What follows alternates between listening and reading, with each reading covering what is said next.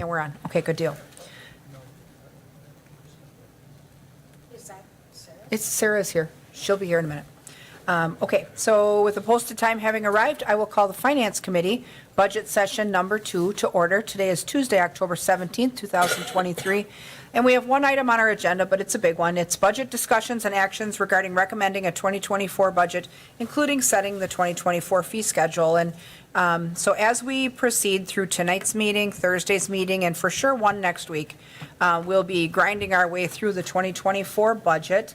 As you'll recall, when we finished, we kind of started the budget process at our last meeting last Tuesday, but we had a lot of our normal business on as well. But we did start to take a look at the supplemental requests from within the departments for 2024 as far as requests. And we had a few left when we got to the end where we kind of ran out of time. And so as far as a review of those, and I'm trying to figure out where we left off on them because I don't have that packet in front of me, but all of the staffing requests, those three, and I believe all of the DPW stuff. We got through the police department, the court, fire, and ED, I believe. So Yeah, I don't think we did anything for Public Works, right? right. Justin? No, I Okay. think we have all three of theirs, and we have the three staffing requests. yep. So we'll walk our way through those.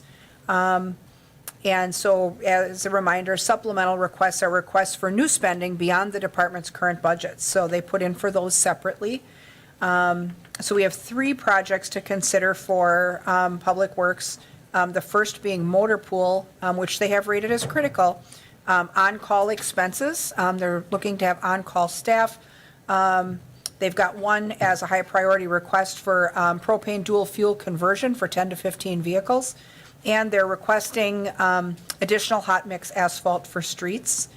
And at the same time, I guess if we're taking it kind of by department, their staffing request also is for 3 street crew team members over 3 years. So roughly 1 per year for the next 3 years. So I guess if we want to bring up Dustin Craig and or the Public Works Director to kind of walk us through these requests, give us some background on them, and then what we'll do is, between meetings, we have some ranking sheets that we got from the Finance Department. We'll score these all, and then we can pick among those requests and see what we can afford to insert into next year's budget based on those scores. So we'll welcome Dustin. Good evening, thank you. The first one was the on-call expenses for the motor pool. So what that is to actually put some on-call staff within the motor pool department.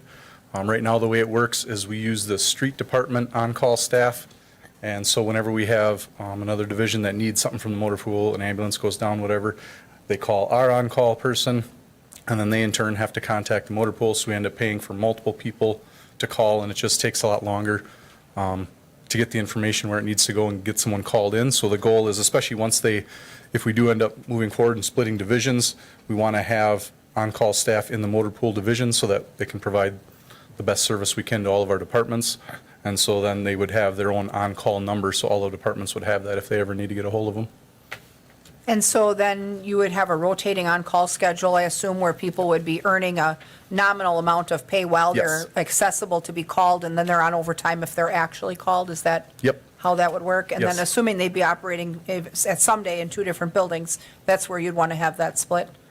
Okay. Well, we could actually implement it within this next year, even if we didn't have the building, just because it would help with the other departments could call directly to the motor pool. Like I said, we don't have any on-call staff in the motor pool division now, so we always end up, our on-call guy gets called, and then he has to call and contact the motor pool. So Track then down we're a pick- mechanic or Yeah, something we're to doubling fix. up Okay. on who's getting called all the time.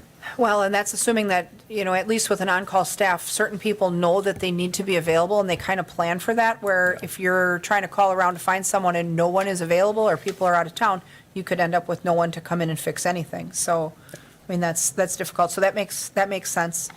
So it looks like the personnel cost of that is $11,960, $511 in supplies. Is that cell phones maybe? Yes. You send them yep, home with a phone? Yep, so we Okay. can set them up with a cell phone. Yep, so they would take the phone home on the weekend that it's their weekend, and if they don't call, fine, and if they do get called, they come to work. So for a total of $12,471. And then you'll see on the spreadsheet that Marianne passed out that they created for us this week, at the far right column, assessed tax rate impact, you can see that each one of these supplements, if we were to approve them, in actual dollars and cents, that's your impact to the local mill rate for approving that item. So things that we decide we want to approve, we'd obviously add these all up and figure out how much we add to the mill rate in addition to our cost to continue, once we have those numbers hammered out. So this one is considerably less than 1 penny, because a penny on the mill rate is approximately $25,000. So this one does not have a tremendous impact, but in terms of efficiencies, it could have a good impact for the department. So, good deal. And then what else do we have? Fuel conversion is your next one. Yes, actually, Solomon asked me to apologize. He really wanted to be here for this. He did all the legwork on this. He just had me go through the demos with him and stuff, but Solomon really did the work on this. Okay. This was trying to find ways for us to do a better job with our emissions. This is something that the motor pool could implement quicker. When we looked at electrification and stuff like that with vehicles, the cost of them is really high, and we got to have charging stations, where this is something that we could start implementing a lot sooner. If we had this money, we could set this up and start using dual fuel on a lot of these vehicles. And when we had the big fuel crunch the last year or two, it really kind of opened our eyes to, how volatile gasoline and diesel are. And so propane tends to be a lot more stable. So as long as we're driving in town, we'd have a fueling station here where we could fill up every night and just run on propane. You can see he included a bunch of information in the packet there about some of the emissions benefits and stuff like that, but then it also kind of flattens out some of our risk when it comes to the volatility of gas and diesel, so it would kind of help with that as well. So Okay, and That's so we're that looking one. at about 2.5 cents on the mill rate if we were to approve that. 75,000 would get us somewhere between 10 and 15 vehicles with dual fuel. So are you looking at And- larger pieces of equipment or automobiles, basically? this one here is automobiles because we could implement it really fast. Okay. Because this system is set up, we can take a leased vehicle, they can put this system on it where they add the injectors to the intake system where you can run dual fuel, and they would provide like the fueling station. If we would have to set up a contract with them to buy the fuel, stuff like that, but then they would provide the fueling station at no cost. So And not it- things it like- works very much like a gas pump. So Okay. you fill up just like a regular car. It's got a nozzle you put on there, you fill it up. And when you look at some of the other fuels like the, what am I thinking, the other compressed natural gas, stuff like that, there's a lot more stuff you have to have in your facility to be able to use it, where this is considered safe. It's no more risky than having a gasoline car.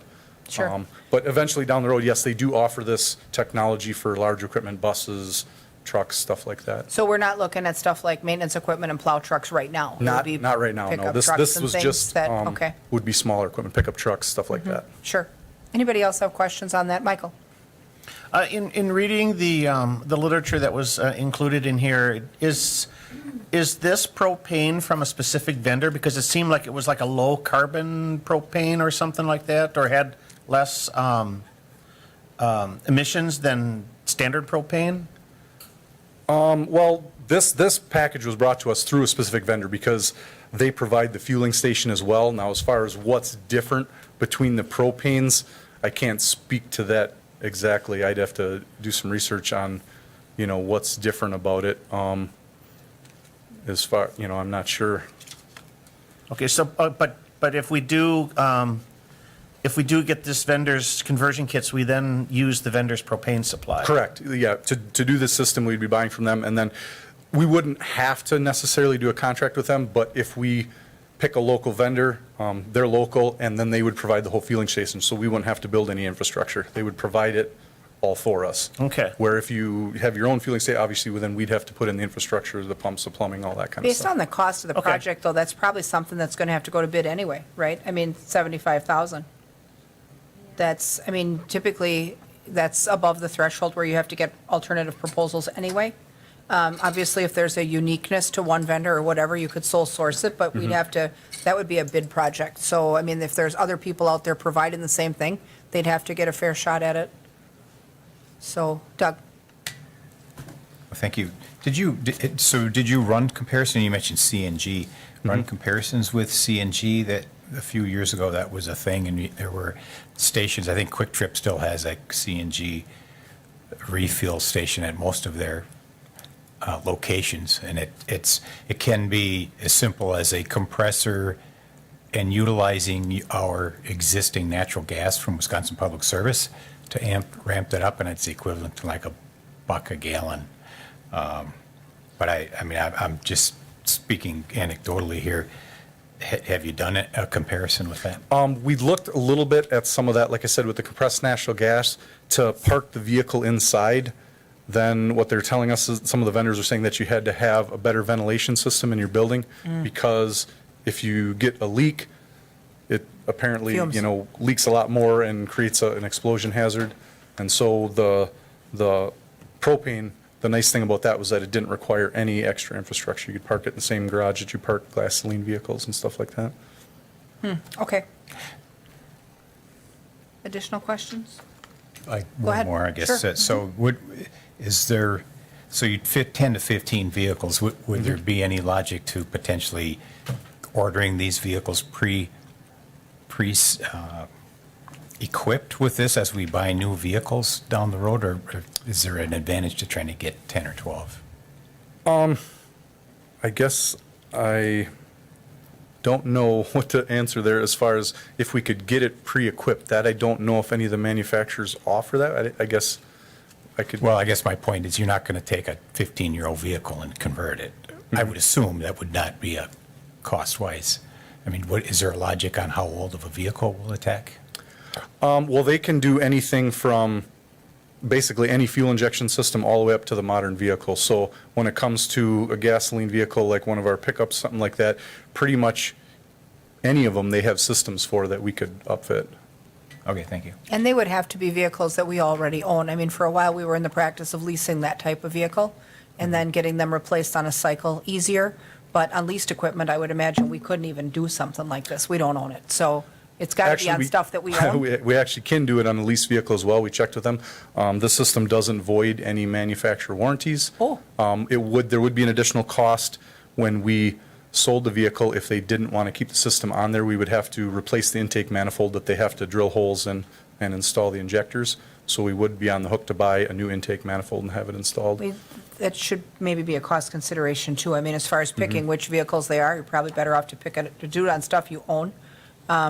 Because, if they opt not to keep it, then we're on the hook for additional charges at the tail end too, so. Yeah, and with the cost, we probably wouldn't want to do something that's scheduled to be replaced relatively soon, Right, and then end up right. It having should to be stuff replace it that's right going to away. be with us a while, so. Yep. Okay, that makes sense. The other one I think we'll ask you about is the street crew staffing request. And then I imagine we'll probably bring up the city engineer on the asphalt part, right? Or did you have the asphalt I had the item as well? asphalt as well. Okay, perfect. So then, well, why don't we go to the asphalt then? Okay. Extra hot mix. I mean, I think we all know that there's no shortage of holes to fill, right? So, Yep. As you know, the last few years, we've been increasing that budget a little bit with our larger paving machine and stuff like that. You will see in my budget for this year, did a small increase to our hot mix based on cost to continue. This is asking for additional monies to go into our asphalt budget. Being at one of the meetings where I know people are talking about what are ways we can get our roads better, and we just would hope to keep increasing this. We are going to fully spend our budget again this year, so we haven't reached a point where we're struggling to spend down the amount that we're given for hot mix. So we're just looking to keep increasing that and doing more repairs. We had a lot of compliments on East Wausau Avenue with how smooth it was after we repaired, and so the more asphalt we get, the more repairs we can do like that. well, and that street was rough, we know that. So with hot mix though, with this particular line item, this is a separate budget line item than what the asphalt is that we use for mill and overlay, right, on the larger scale stuff. So this is mainly a patch and repair type. We do milling and paving within the department as well. Right, but On on smaller a smaller scales, yep. scale, than not full blocks of it, where we have some of Correct. those that are just scheduled for, Yeah. grind down and resurfacing. Okay. So, and sometimes this actually is some of the most valuable because you can get ahead of it a little bit. And, we always get that pothole hotline fired up in the spring. So, so that is, you can see on the assessed tax rate impact, it's just under 1 cent on the mill rate for that. but they would be able to get a little further on that. And then the last one you have is the street crew staff paced out over 3 years. Yes, I believe it was back in 18 or 19, we had actually started to bring a request for this forward, and at the time, it was pulled back. And so we were just trying to bring it forward again. Obviously, we haven't had any increases in quite a while. Currently, we have just enough staff to cover our plow route, so as soon as we have a vacancy or somebody's sick or gone, we have an open plow route. So the goal with this is to get enough staff to where we can afford these vacancies and vacations and stuff like that when people come up, and then we don't have these holes in our staffing levels. So we have the problem in the wintertime with our plow routes, and then also in the summertime when we're running our paving crew and our crack sealing. You know, a lot of these crews take a lot of staff, and so we always run into struggles with what can we get done today. You know, we're short here, short there, and so having extra staff would just help us get more work done. Sure, but we would have tasks for that person year-round. I mean, we Yes. wouldn't have a Oh, yes. problem keeping them busy, obviously. Yep. I think part of the reason we pulled back, wasn't that originally because we, not just for budgetary reasons, but with the cramped space situation that we have at the current garage, there was nowhere to put them, right? I mean, that was kind of where we, I think that was a motor pool. On our Okay. street staff, it really, the crew, because they typically They're are out out in in the the field street, so anyway? yeah, it won't affect them. okay. So we'd be just under 3 cents on the mill rate, and that 80,000, I assume, is the wage and benefit package together? Yeah. For somebody, so, questions on that at all?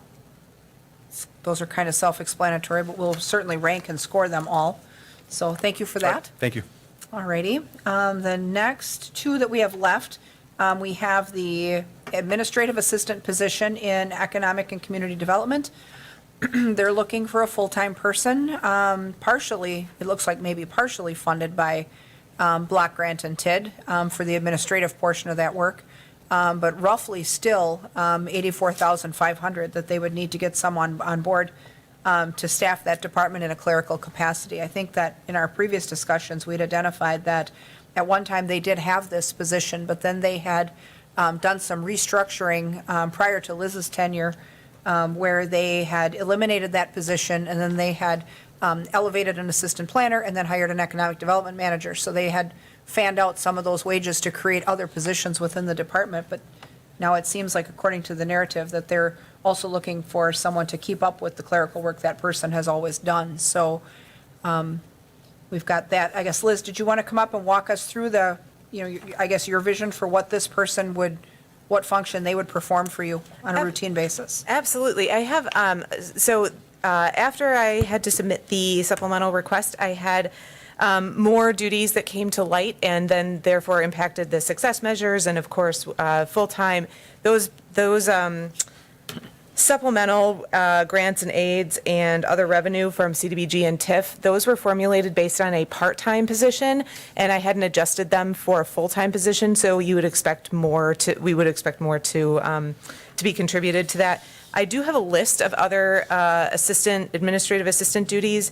If I could hand those out to the Sure. committee, that Yep. would be great. So are we thinking then, based on half-time versus full-time, that contribution from the other funds is approximately double? Yes. 26 instead of 13.5-ish? Yeah, I'm gonna make Okay. Okay.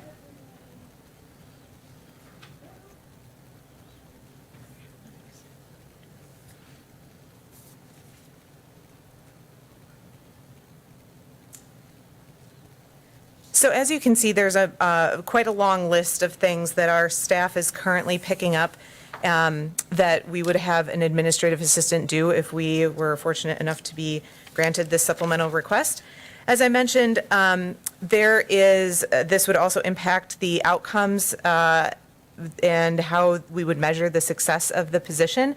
Some of the main ones I would say are being able to assist with housing counseling. I know that's a strong focus of our department, but Shannon ends up doing a lot of our administrative work and therefore is being taken away from both her housing counseling that she could be performing with other clients. She's currently also having to shorten that housing counseling to maintain the workload that she has, because she is also an hourly employee.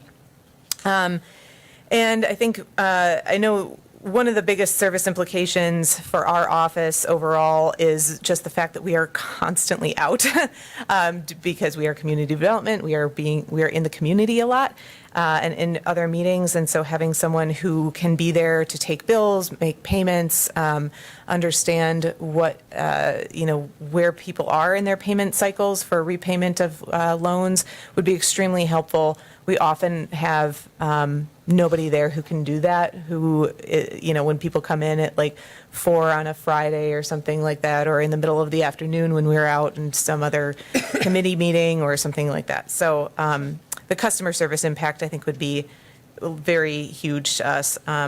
And then also just being able to cross-train Shannon to be able to eventually take over for Tammy would be a great advantage, because right now she is stuck, like I said, doing all the clerical work for us. Is it possible that this position could function as a halftime LTE? Yes, we had applied for halftime in the past. We have a list of full-time duties. Anything would be helpful. We had talked with inspections after the last supplemental request, where it was requested that we try splitting an admin. That was not fruitful for a variety of reasons. So, and honestly, we have plenty of work for a full-time person to do. There are some things that just live in too many different places right now and aren't tracked on a focused basis. And that person would be extremely helpful in helping us be better organized Sure. as a department. Okay. All right. So we'll certainly, does anyone have questions for Liz on that position at all? I think we're good on that. We'll rank it as a full-time, though.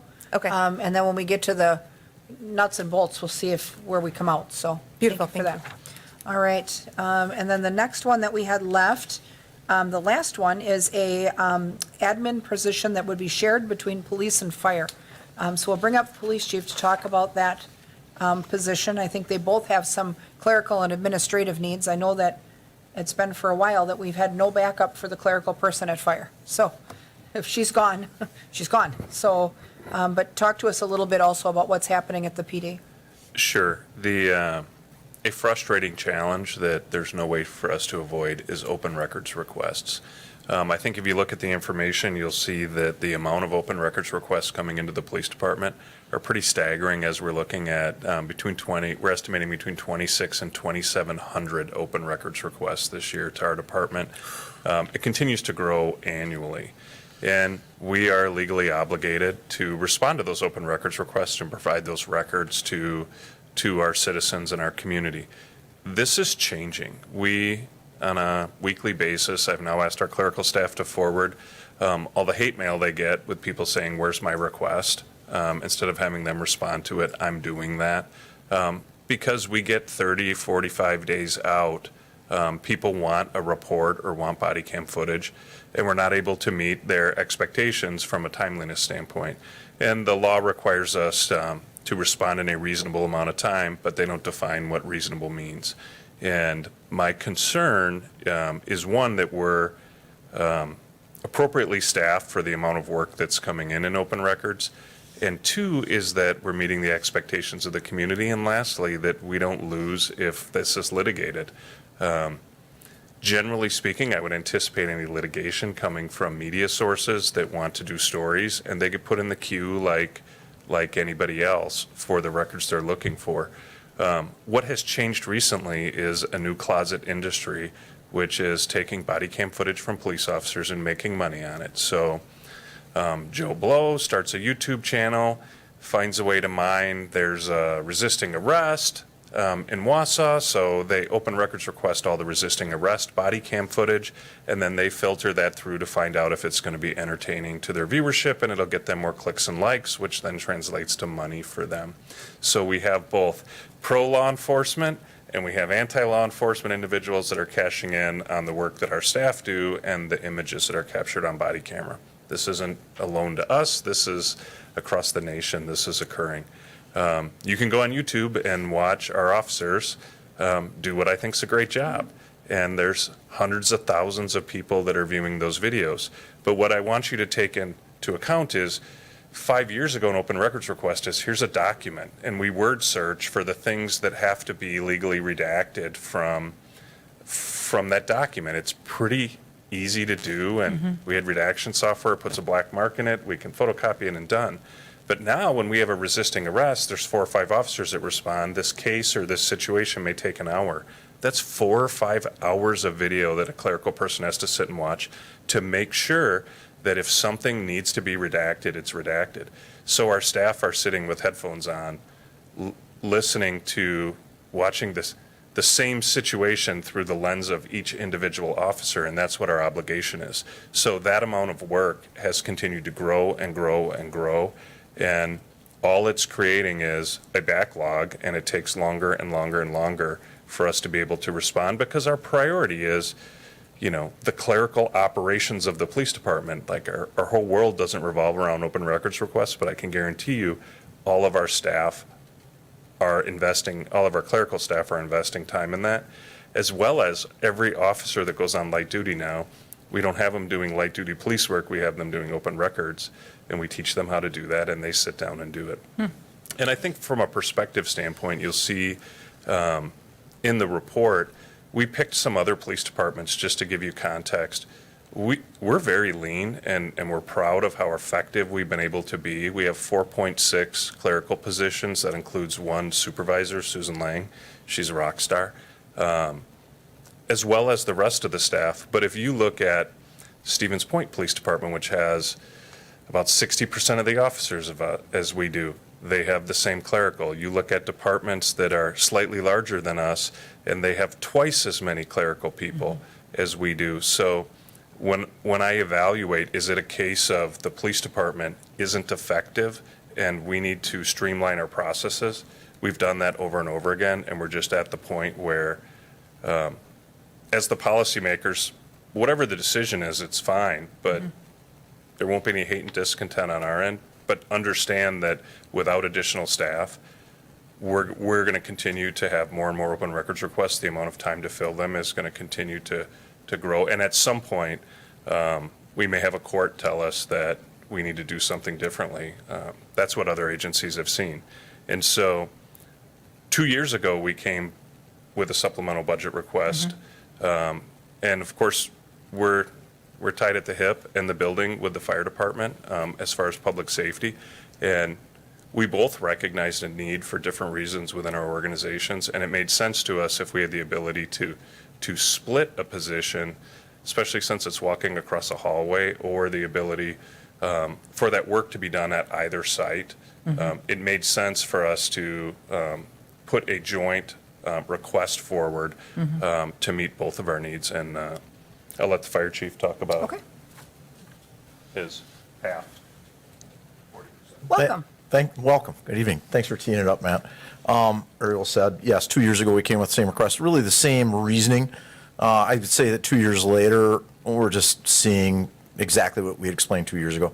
The lack of redundancy in our singular admin position puts us in a position of weakness for that person when that party is out sick or unable to get to work that day, or, God forbid, were to select to leave our department. I don't think that that's a real current threat. Our person's, again, another rock star working inside our organization, and we recently did this past summer a reclassification of that position. But it is a highly complex position, more and more demand on it, especially as we go into some of these unfunded, I should say some of them are funded. One of the things that Mary and I were talking about earlier today was this GEMT law that we're hoping to gain revenues in the future from, and part of that is very administratively heavy, costing what it costs our operations to do everything that we do on an EMS call related to Medicaid reimbursements. And these are new things that are coming out, and we don't have admin staff to take these things on. Plus, we need some redundancy. We need a little bit of help for when our current admin is maybe out on a week of vacation. Very possibly this person could slide over from the PD, occupy the desk at the FD. We do not have any space to park a clerical person at any of our stations. We've got we don't have a spot to put a desk. PD does have that room, and I think it would work out really well, that relationship between our two departments and the proximity to share one full-time position. We don't need a full-time position. I think the 2 day a week would really satisfy our needs, and to try to advertise for someone that part-time is difficult, where a full-time person could literally spend an hour one day working on some fire department stuff, and the remainder of the day, open records request other police department things, and then go back and forth like that. So while you describe it as 2 days a week, it's really 16 hours of their 40-hour work week dedicated to fire department stuff, which really would help us a lot. So I think it's a good plan, and I hope you support it. Thank you. Okay, thank you. It's good to see the sharing of resources like that. I think that sometimes when people can work in combination, that saves us some money on both ends. So anybody have questions about that? Doug, go ahead. Thank you. Certainly, yeah, if the work is there, we've got to get it done. If it's being driven largely by open records requests, I got a couple of questions on that. Do we have a legal opinion on if somebody's monetizing this? Is there a way to properly charge for it or get additional hooks into a viral video? Or do we, is it the standard rate that we give per hour for searching this? I'm not the expert on that, and it's been a couple of years since we looked at that, but we had to reduce our open records charging based on an opinion out of the Wisconsin Attorney General's office. It got to a point where it costs us more to process charging someone the 8 cents that we're able to charge them. What we're able to do is request payment for like our cost for a sheet of paper or our cost for the CD, but not for the time it takes to copy them or the time it takes to burn that CD. We can charge our cost for finding the record, but not our cost for redacting the record. So, Which is where the time is all, right? which So- is where the time exists. So, Okay. I am not aware of anyone that's able to look at what the potential income stream is for another entity using those records. My guess is there's not a pathway to that, but I haven't researched that. You mentioned it when you mentioned the cottage industry. So if we're feeding a business model, maybe there's something more we can do down the road. And another question is we've upgraded our camera system and we have some video management software that I don't know if it's currently active. We had some AI capability. Can we use that to streamline one person sitting 4 hours worth of video? Yes, we are utilizing the technology that's available to us, or the best technology, but it does not replace. It speeds up the process, but it doesn't replace. So, for example, our Axon contract that the council has approved, Axon's AI technology allows us to hit a button, and 3 minutes later, it produces a written dialogue that occurred in that, and then we can word search within that written dialogue. But as we've looked at that, I mean, anytime, if you've ever tried driving down the road, maybe not, because you're not supposed to do that in texting, but by speaking into your phone, that's a very dangerous thing to do if you don't double check it, because AI is Yeah. only as good as the technology is, and it's just not there yet to trust a machine with the liabilities. Like, those are our records. We're responsible to redact that information, which is not legally shareable with whomever wants it. Because you have to keep in mind, anyone can show up and open records request anything for any reason. We're not evaluating what is the reason and what is the purpose you're using it for. It's can you have it? And if the answer is yes, then they go in the queue and they get it. Sure. And I think it would be eye-opening for the general public to know what the cost of fulfilling open records requests across this organization is annually to the taxpayer in terms of staff hours, which are not regainable. I mean, whether it's in the clerk's office, whether it's requests that originate from out in the community, the media council, individual citizens, places like these cottage industries. I think if we were to add up the time, not even the materials, but the time that's spent chasing down records, it's a staggering amount of hours and things, and it's worse at sometimes than others. But, it's a lot of cost for us and for them. There's the cost of our clerical staff and them actually sitting down. And I will tell you that I would never punish anyone by making them watch body cam footage for 8 hours a day. You get motion sickness because you're watching people bounce around and move. It's not a Hollywood version of video. But also keep in mind that open records law is incredibly complex and it changes throughout the year. So we send staff every single year to legal updates for open records law. And we contact the city attorney's office on a regular basis to say, I don't know what to do. And then we need a legal opinion on that. So I don't know what the average cost of an attorney is, but we take up hours and hours and hours of their time annually, just making, because at the end of the day, the cost of a clerical person for us doesn't compare to what the settlement would be if we release something we shouldn't have. And we deal with a lot of bad stuff that might be embarrassing to people, and that's protected by law. Sure, makes sense.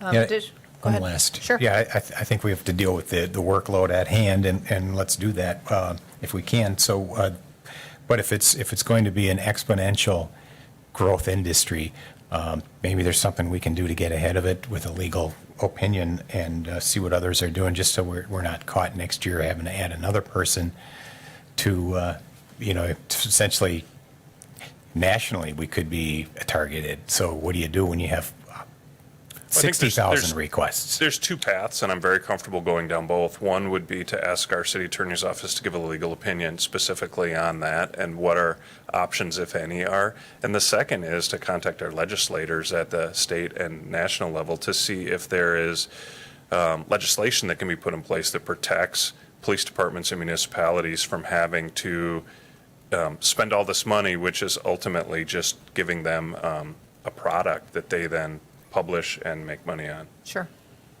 Okay. All right, so we will rank and score that. Any additional questions? So that's the last supplement.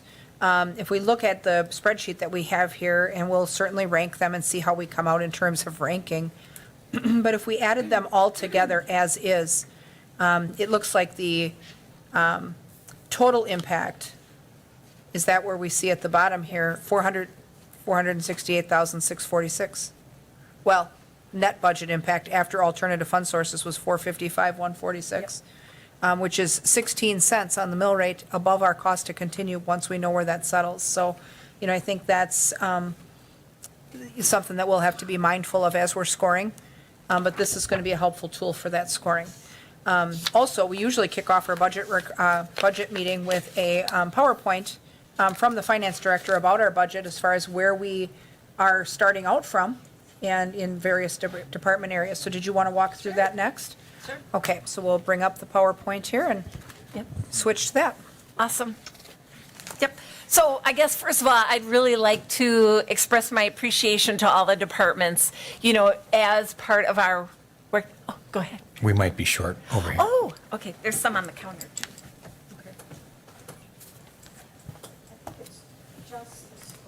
Here.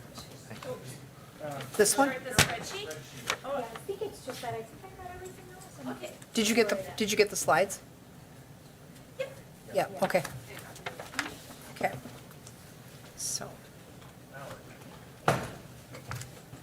Okay, and we'll have the slides on the public access broadcast for the public as well. It looks like we have them on, so, okay, thank you. So again, as part of our workday implementation, we implemented new budget software known as Adaptive, and really wanted to express my appreciation for all of the departments. It, like with any implementation, it didn't go, without its little bumps in the road. We had a late start, so that really compressed our budget time period significantly.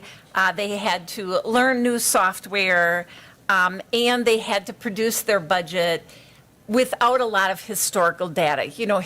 We've been on our existing software for a number of years, and so, number one, they were familiar with it, so they knew exactly where to go to find the information they needed, which wasn't true this year.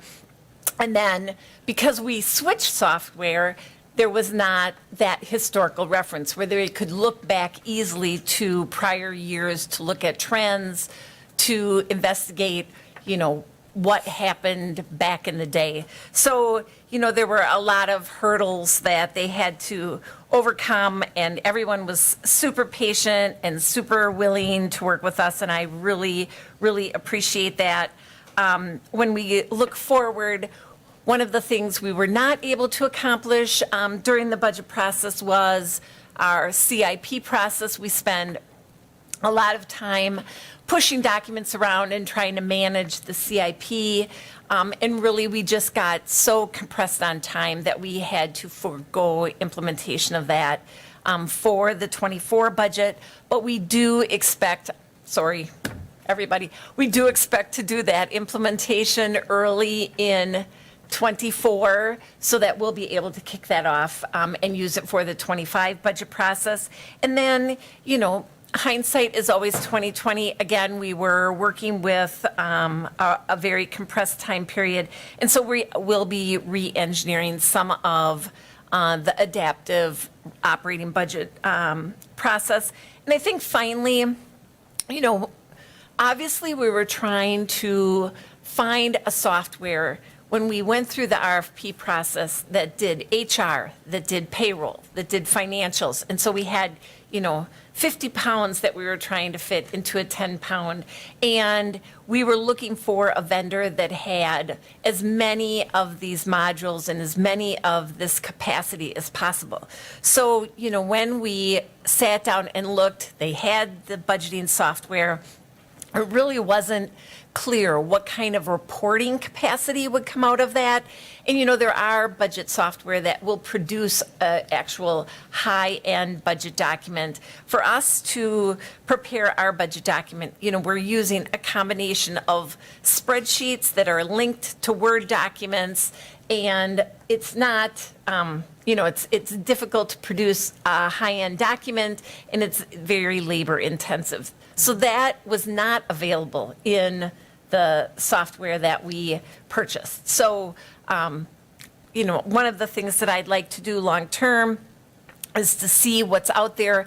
Obviously, in today's world with financial data, it's all about how you can just extract data out of software to use for other purposes. And so I think there is nice budget documents that could be produced using adaptive and then piggybacking with some sort of reporting tool. But that's down the way.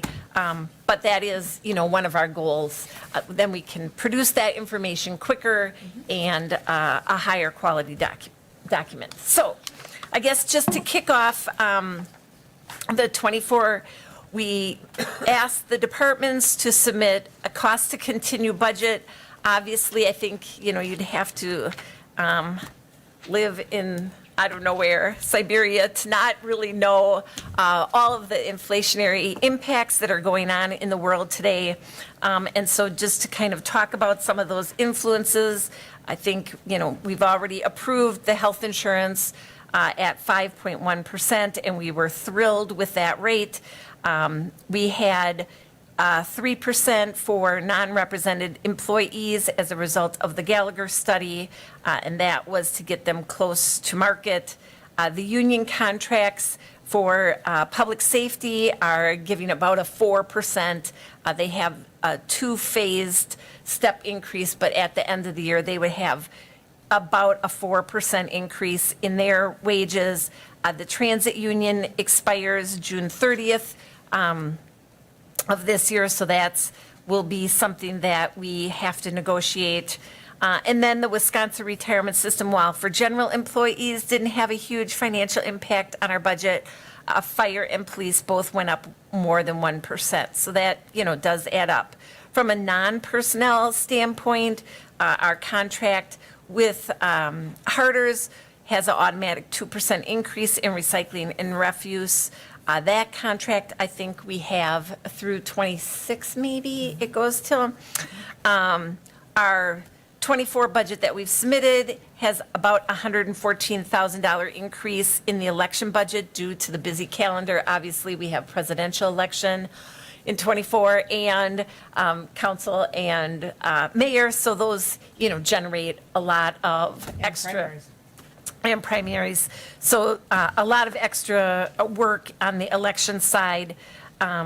We have CPI increases in airport and our land leases, which also includes the cemetery for the snow dump site.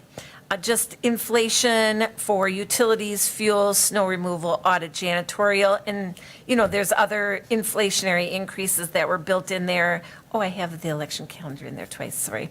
$200,000 in the debt service levy, and then, as an example of the impact to technology, the technology is becoming better, but it comes with a cost. And I think that you see more of our technology cloud-based, and so we're paying subscriptions. And while we're getting updates more frequently, there is a cost associated with that. And then another big influence was our TID increment calculation. So those are some of the major influences on our budget. When we look at, obviously, how we determine the impact to the taxpayer is the more values increase and through net new construction, we can increase our levy without a major impact to the taxpayer. So our equalized value, which again has the new construction, but it also is supposed to meet market. So it's got inflation. That went up about 9.49%, good strong increase. Assessed valuation right now is an estimate. We are waiting, if you recall, our city assessor does residential and commercial property. The state of Wisconsin does the manufacturing. So we're waiting for that manufacturing component, and then we will know what our total assessed value is. We're using an estimate of 1.8%.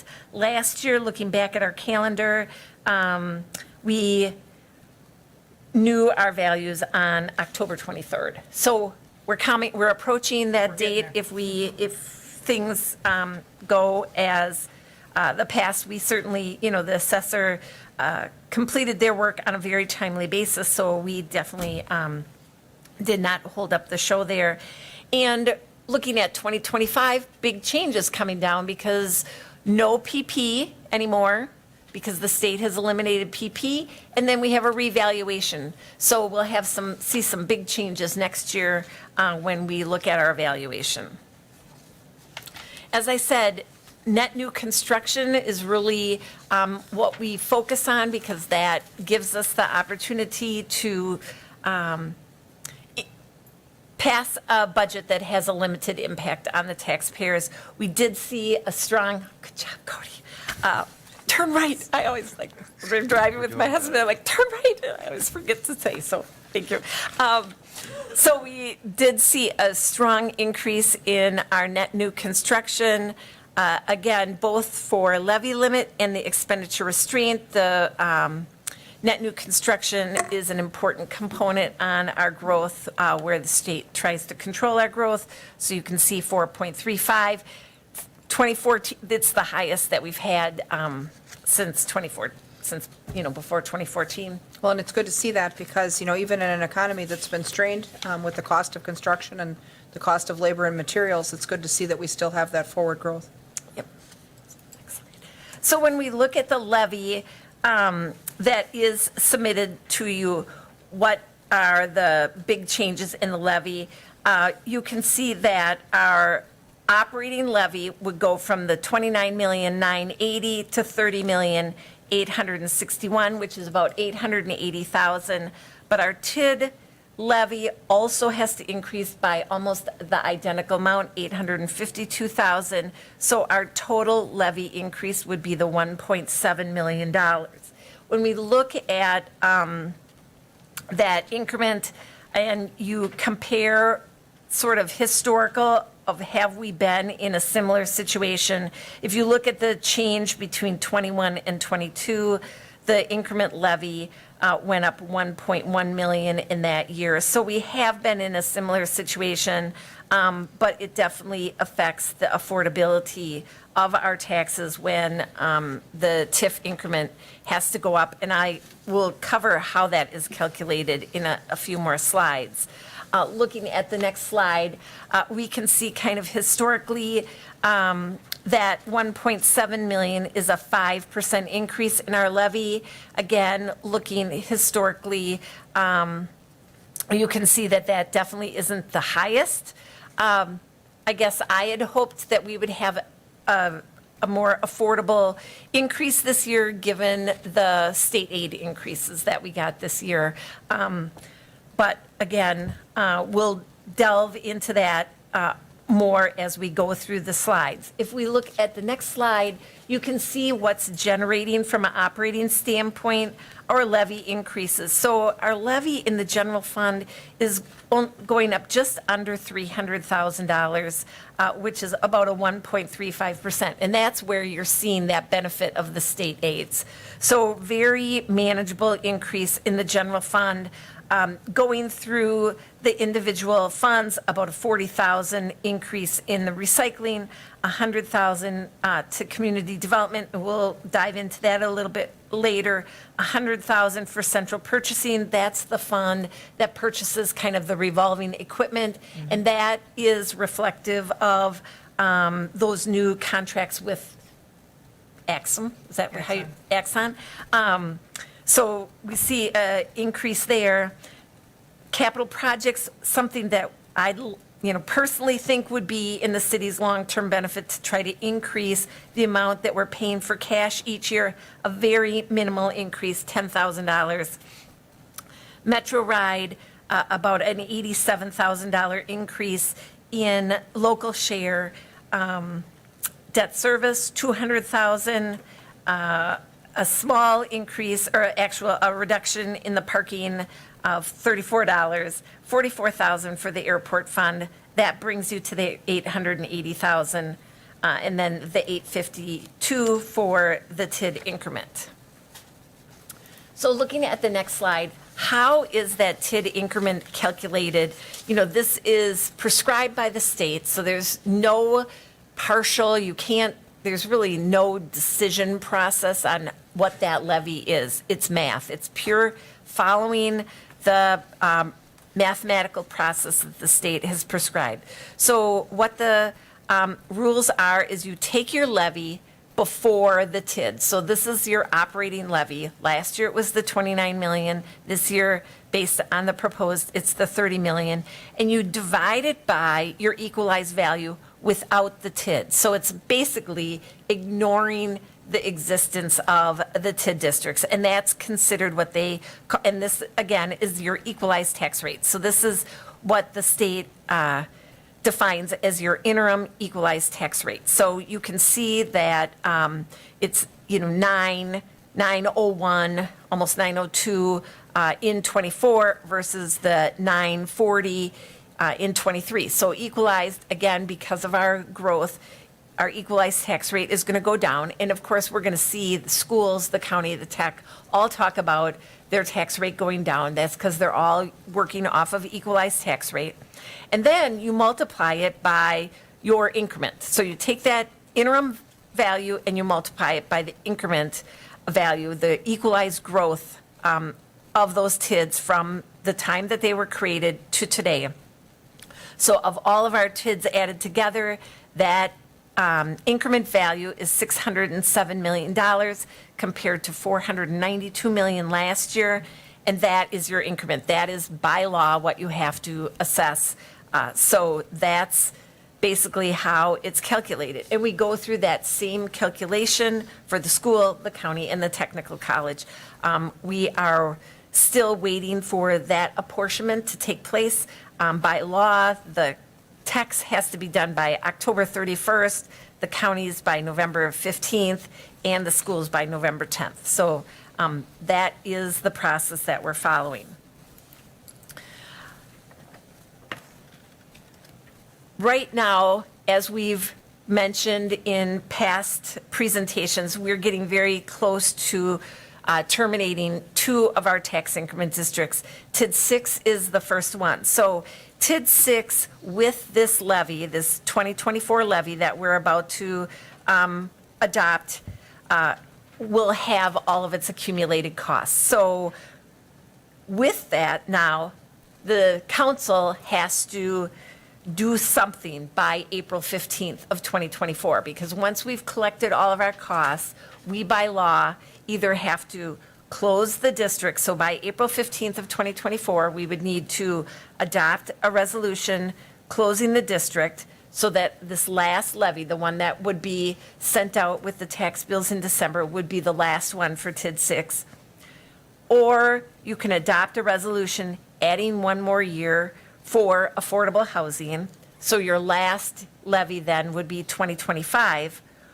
Or you could do a hybrid if you wanted to, where you maybe subtract a portion of that district to reduce the size of it.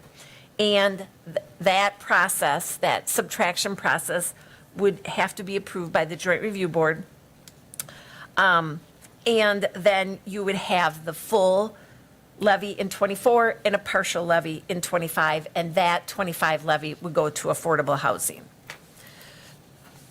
So with the closure of a TID district, is, I think with the school's state aid calculation per pupil, when that large sum comes in and a TID district closes, isn't there usually some concern on their part in accepting all of that new increment as one dump in 1 year because it affects their state computations, where they wanted to see that fanned out a Right. little So, bit, right? So they, the I mean, they old- all look at it through a different lens.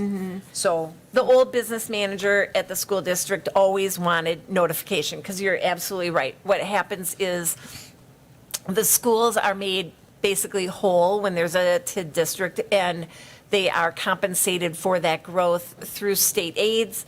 And then when that TID closes, the state aids decline because now there's new value for them to distribute their taxes. And so, you know, we do have annual meetings with the Joint Review Board. And so this last year, during those meetings, we talked about the fact that this TID would be nearing closure. And so we have, you know, been informing the school district right along. okay. So good. with the housing, affordable housing law, there are stipulations of how you can use those funds. 75% of it must be used for affordable housing. The statutes describe what affordable housing means in this situation, and that is that housing costs may be no more than 30% of gross household income, and then 25% of that increment would be able to be used for any housing stock improvements. I did reach out to, you know, historically, we've always used bond counsel as our TID legal advisor, and I did talk to them about lead service line replacement. You know, there would be ways that you could use this 1 year for lead service line replacements if that was a funding source. And to point out that the projects are not restricted to the TID boundaries that close. You can use them throughout the city, which is very helpful. So there's a lot of flexibility there. Right. And like I said, it's simply a resolution by council. So there's no Joint Review Board involvement in that 1 year extension. So working with community development, they put together a list of the affordable houses, affordable housing projects that do have financial gaps right now. And Liz had a narrative written up, which I did hand out a copy of that to you. And I don't know if you want her to come up and give a presentation or at a different meeting, but West Side Battery is in TID 8, but it is looking at a $500,000 to $1 million funding gap. Thomas Street infill housing, obviously, they're looking at all sorts of revenue options for that, but still a $750 to $1 million financial gap. Grand Avenue, the 700 Grand Avenue project, $3 million. Wyatt Street replacement, so, you know, that did not make it through the zoning, but they're working on a new project somewhere between $300 to $500,000. So a total need of about 5.7 million if you were to fund all of those through this funding mechanism. So more than what actually TID 6 will generate. Right, and did we determine that at closure, that increment was it 1.7 million-ish, or? Yeah, so the equalized value of TID 6 is $177 million right now. Yep. So that's the growth that we've experienced in that district. It will generate total increment, or total tax payments to the city of about $4 million in the 2024 budget. So, of course, a portion of that is the schools, a portion is the county, and the portion is the tax. So the city's portion, like if we terminated that district, our levy needs would go down because we wouldn't have to levy that just under that 1.8 million. And again, if you were looking for other options, and these are just examples, if you did a TID subtraction, reduce the size of it, if you reduce the size by 50%, the city's levy would go down 900,000. If you reduced it 25%, the city's levy would go down 460,000. And again, there are impacts to the schools and the county, but what that will actually look like to the taxpayer, because like I said, of that replacement of the school aid in the school formula, it's not really clear. I did reach out to our financial advisor. He's like, just focus on your own levy. I'm like, okay, good Sure. advice. So,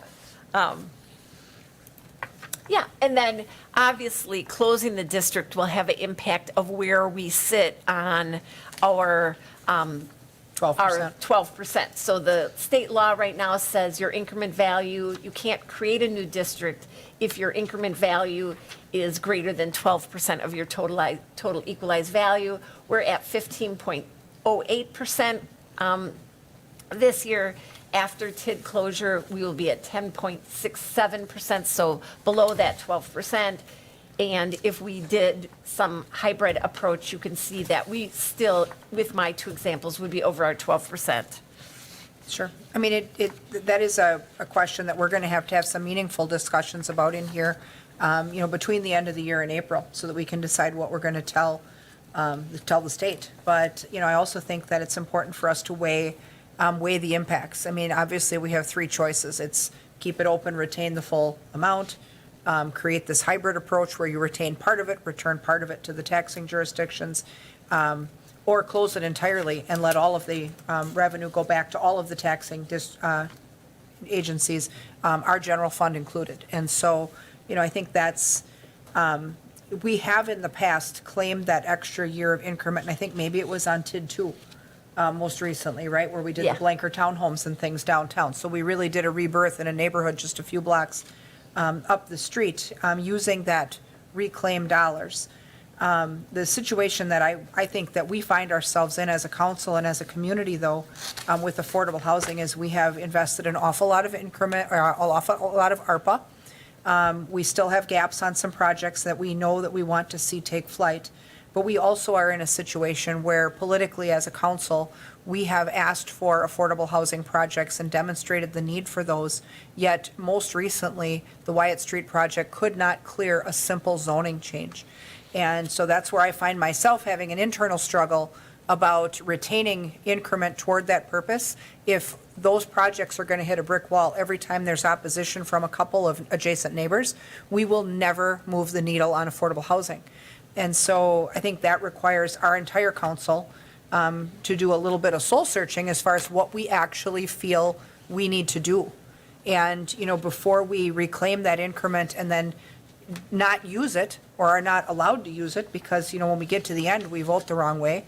I think that presents a struggle for our community that is waiting for this housing that people can afford. So, I think we have some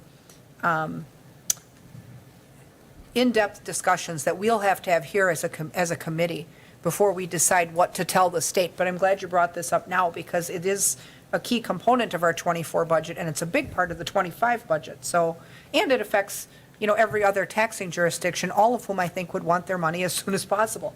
I mean, that's sometimes some of them, their whole beef about TIDs is that, you know, they want their return as soon as they can possibly get it, because they've been waiting for a long time. So, Michael? Yeah, and Mary Ann, you know, talking about the partial closures, do you know approximately how much of the TID we could close, we could close and still retain the approximate 5.75 million for affordable housing? So right now, I mean, that number is more than the increment that's generated by TID 6. So you're Okay. generating only 4 million, about 4 million out of TID 6. So you're already short of that. But, you know, as we go in the slides, TID 7 is the second district that will close. That's about $2 million worth of increment today. So between the two TIDs, we could fund that full gap? You would be able to. Okay, thank you. And 7 is set to close in 25 or 6? Well, you would have 26 would be your year of Reclaim. the 1 year, yeah. Yes, okay. And most of those projects really are set to take flight in 24 and then open in 25 or 6, depending on how long they take to build. Right. So, I mean, the timing on that would be good. You know, we Right. also have, I think, counted on the closure of TID 6 in a timely manner to pay for our 12 firefighters, when the grants run out. I mean, we've got, 3 years of grants for them, and they've already been on staff by now for almost a year, so. Right.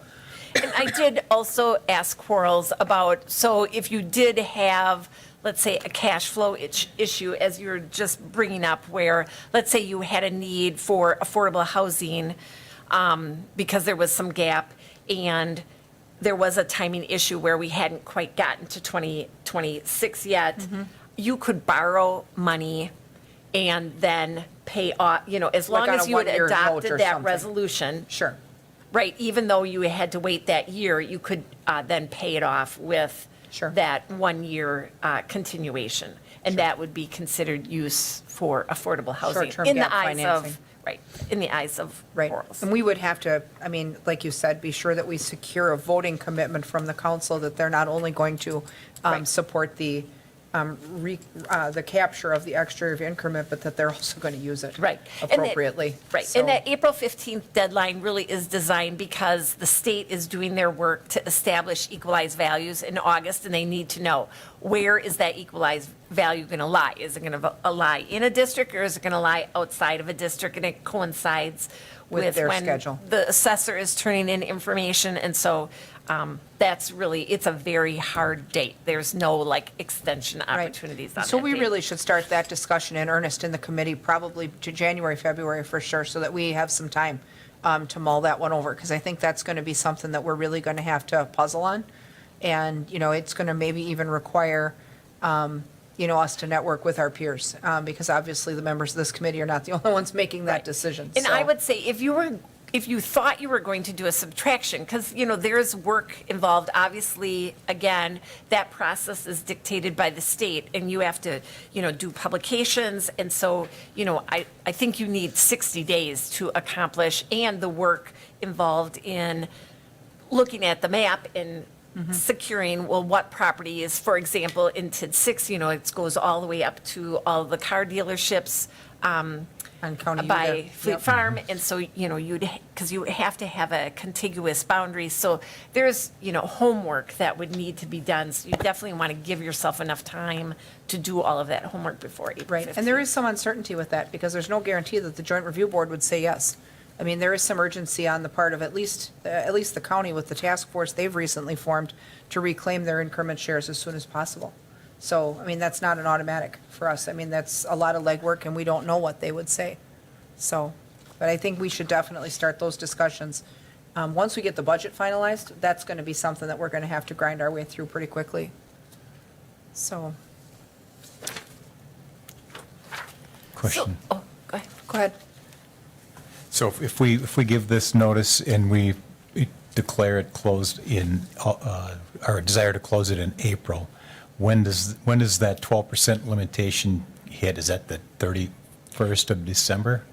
It would then, when they release the equalized values, obviously, you know, like I said, the other kind of wild card in here is the revaluation. So, you know, we don't really know In talking to the assessor, he said housing has come very strong in the revaluation, commercial not so much, so that's going to impact what our equalized value looks like next year. So, it's a snapshot.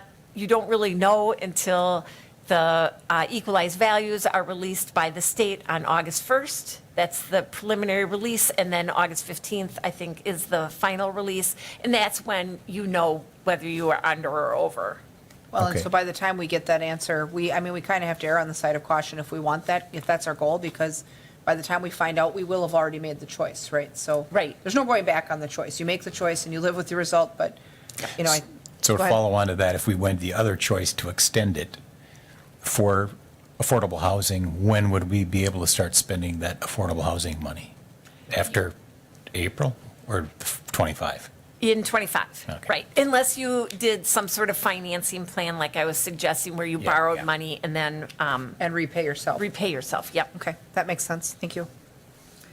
So, there's always two things that we have to work on when we're working on our budget so that we stay in compliance with state rules. One of them is levy limit, and, that is, if we exceed the levy limit, they basically deduct our shared revenues, so you don't get any ahead anyway. And we have to follow the levy limit unless we do a referendum to increase our spending above what's allowed by law. And of course, the levy limit looks at net new construction is the big part of their component. And then there is some flexibility given to you through the debt. So right now, our debt levy is 4.3 million, so we can use a portion of that for operations, and you can kind of see historically, I've outlined, that portion of the levy that we're using for operations through that debt exemption has kind of, gone up and down. You can see that it's actually going down, the utilization of that in 2024. It's important that we preserve a section of that, number one, for flexibility, but number two, we have, as Lisa mentioned, we have 12 firefighters and one community resource position that right now are being funded off of the levy that we need to migrate onto the levy at some point. And so we need to maintain flexibility, or we will have to go to referendum to fund those positions. And so, as we've been going through the budget process, I'm constantly concerned about these basically unfunded positions and how we're going to accommodate them in the future and, be able to meet these two thresholds. So looking at the tax rate, just as summary, based on the estimated assessed value, we're looking at a 10.93 versus last year's 10.60 assessed tax rate, 33 cents or 3.15%.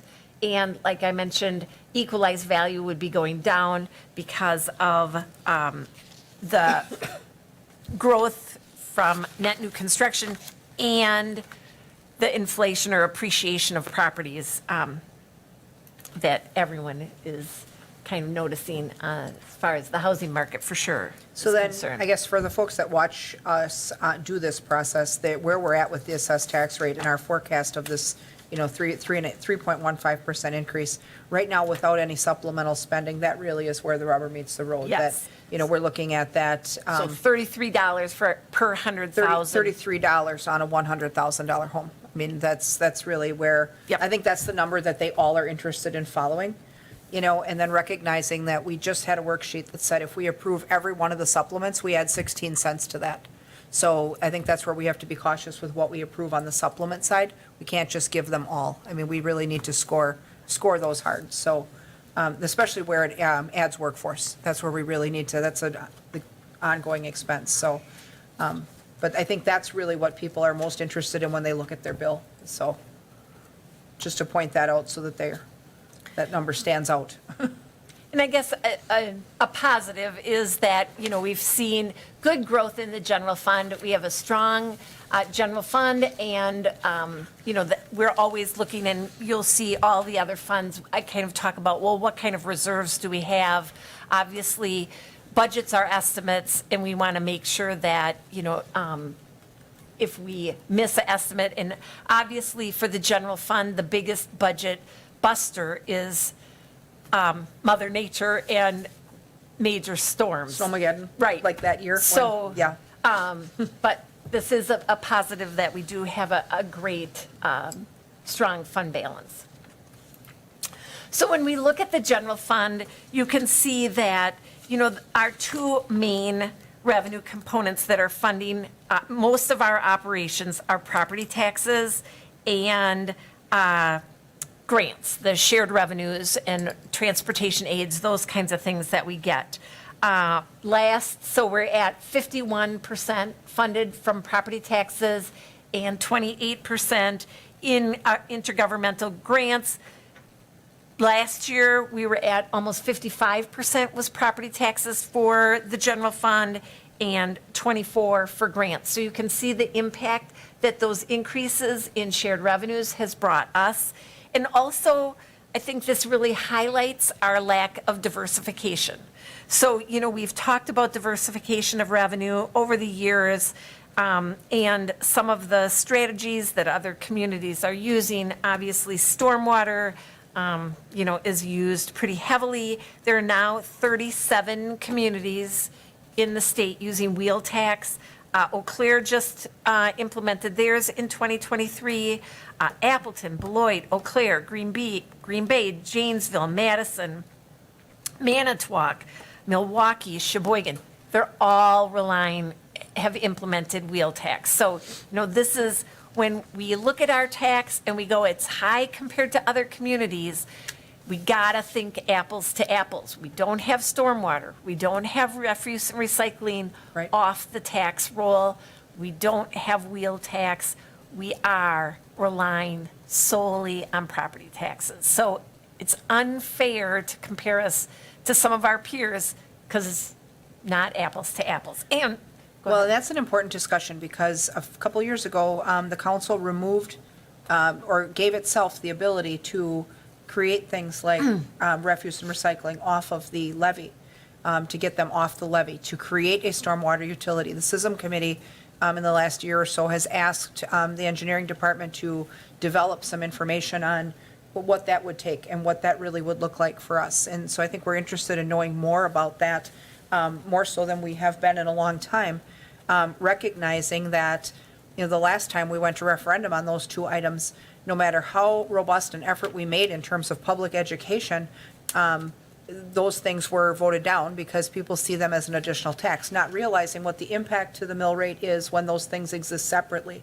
And so when those items failed, and I had gone out in my district and had conversations with people and said, assuming that you see a levy increase for the cost of the refuse and recycling contract, and then that's replaced by a flat $35 charge for your garbage, how is that a negative? And people are like, oh, I like that idea. But they didn't understand in the asking of the question on the ballot that that's what that meant. Everybody sees that as, do you want to pay more for this? And the answer is automatically no. And then not realizing that you would seriously help yourself on the levy end. And it's the same thing for stormwater. I mean, private homeowners are picking up the freight of treating stormwater for places that have massive parking lots. And, the homeowner doesn't generate that kind of runoff, but they're getting the bill for it. And so those are the things that, I think we need to educate our community about. And the council now has the ability to implement those things where we did not originally.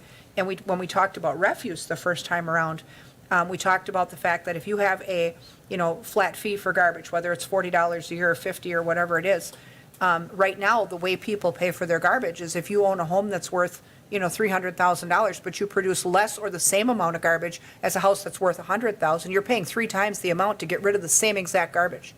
And so, does it seem fair? Not really. And so that's a struggle. Because now, based on the value of your house, that's what the price of your garbage pickup is, regardless of how much garbage you actually produce. And, and on average, most houses put out a similar amount. You put out 1 cart per week. And so right now, that really is a pain point, I feel like, in the way our levy is calculated, because other communities have a line item for that we don't get that privilege. So, I mean, notwithstanding a discussion about wheel tax, I think the whole world knows how I feel about wheel tax, but I do think that these other things are worth us looking at going forward, so. And I think, other communities, I know Wauwatosa this summer was all set to pull the trigger on transportation utilities, basically to help pay for the streets. They now have put that on hold because there was a lawsuit that's actually being considered in the Supreme Court right now, and so they've paused that implementation. I've used the example in the past to Madison, implemented an urban forestry charge, so homeowners pay about $75 a year, and basically it's just to preserve the urban canopy in the community.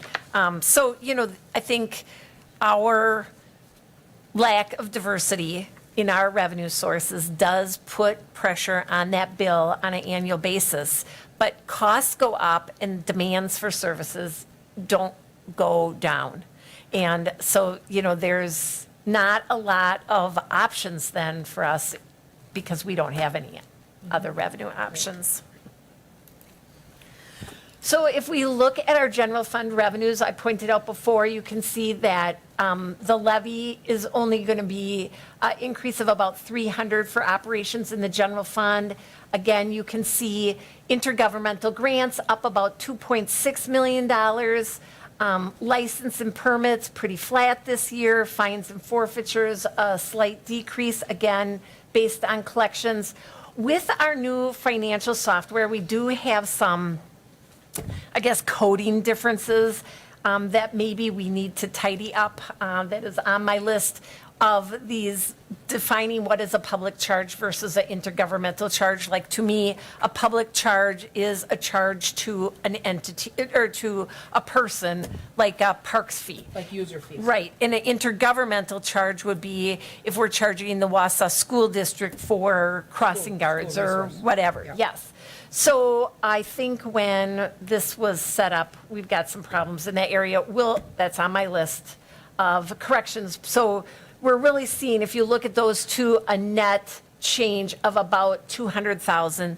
The lion's share of driving that is EMS and this increase in Medicare rates, amongst other things, but that's the biggest one. Miscellaneous revenues, probably the biggest component of that is our interest income. Obviously, we're going to earn a lot more because rates have gone up so much. Other financing sources, that's where our transfers are. You can see that we have a flat, no change there.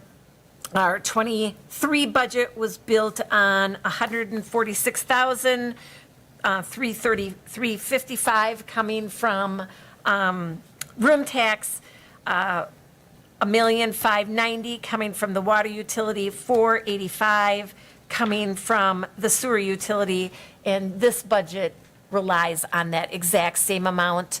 That pilot for the water utility is less than what would be billed to them if we calculated it based on the PSC's formula.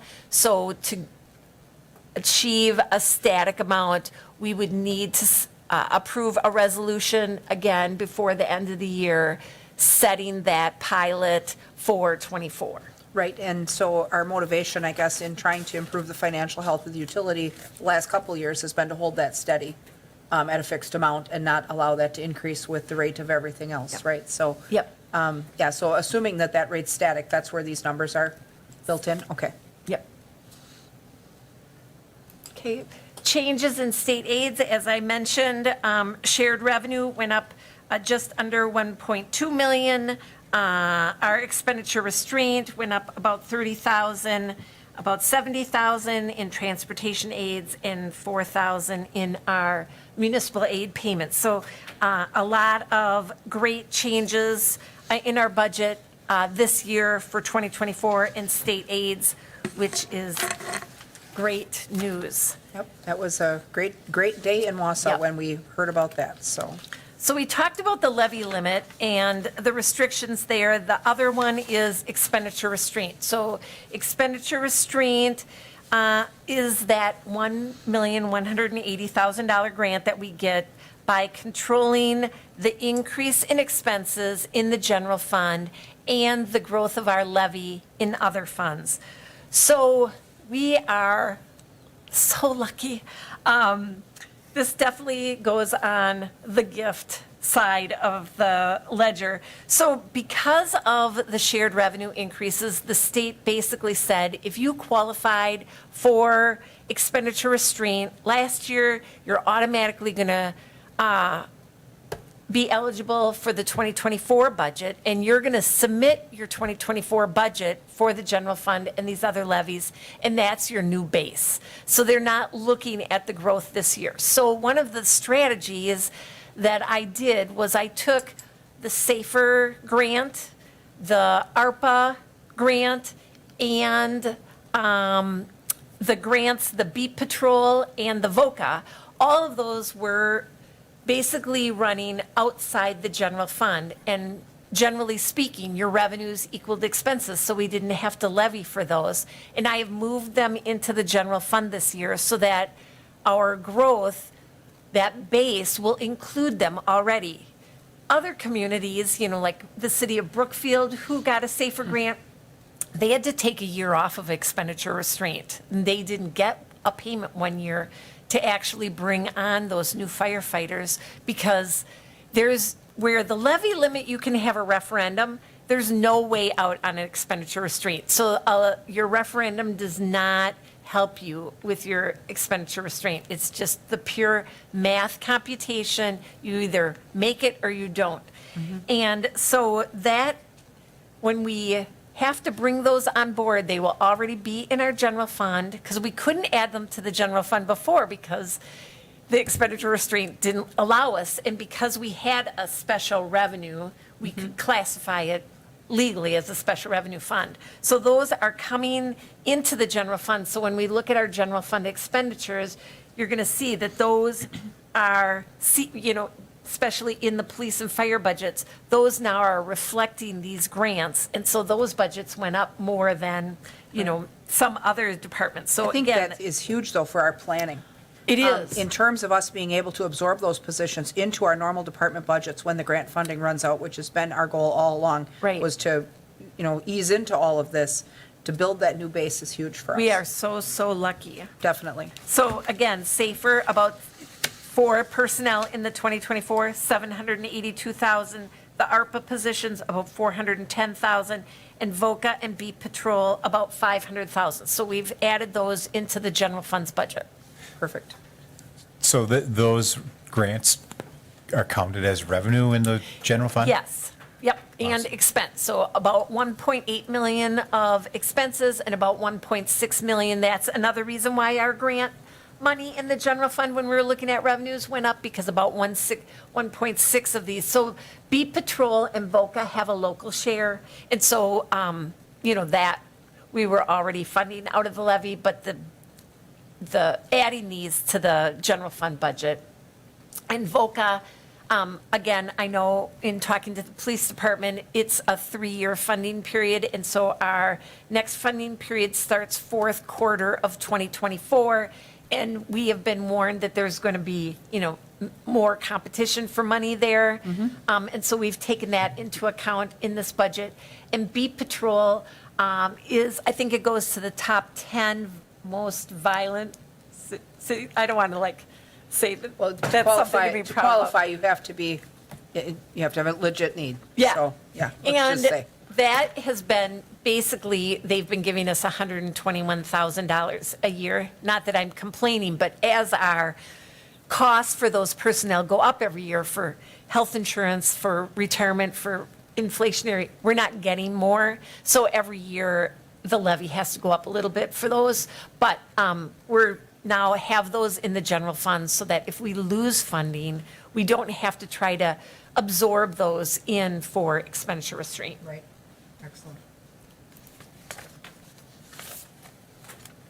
And again, just to kind of, the police community outreach, funded through ARPA through 1/1/25, the firefighters for ARPA through 1/1/25, and the 9 firefighters for SAFER through 1/1/2026. The total of those, just those positions, those unfunded positions, new positions, is the 1.1 million, and then you have to add the beat patrol and the VOCA onto that as well. So those were really the positions that, not that I was losing sleep over, but I was wondering how that is going to work. So when we look at the general fund expenses, you can see that general government is about 12%, police about 29%, public works 25, fire 23. Those are the big services that our residents are relying on, and it's reflected in the budget accordingly. Breakout, this is going to be a little different, your slide is a little different, because I looked at the math on this when I was kind of reviewing it. I'm like, that's more than 100%. So your printout in your packet says 70.92 is personnel, but the math really is 69.12. I don't know why this didn't update. All the rest of them were right. It was just personnel that was off. So about 69%, which has been running about 70%. That's, year after year, what we spend on personnel to provide services in the general fund for the residents. So not any huge fluctuations there. And again, the second largest component of the budget is contractual services. Motor pool, the charges, those are internal charges where we're trying to charge ourselves to fund that fleet. 70% of the contractual service costs is motor pool. So it's really money from one pocket to the other pocket to pay for the fleet. Snow removal, 2.4, utilities, 11%, refuse, 11%, CCITC, 15%. Just kind of a breakdown of where our contractual service are. Again, the budget as a cost to continue doesn't have any new FTEs, so these percentages are all the same as the last year's budget. And then looking at the departmental budgets and what those growth areas are, like I said, you can see that the police department went up 8%, the fire department 20%. And those are reflective of those grant positions coming in as well. Let's see. City attorney. The salary study is the big impact to that one. The customer service or finance budget, the 7.55%, again, that has the election money in there.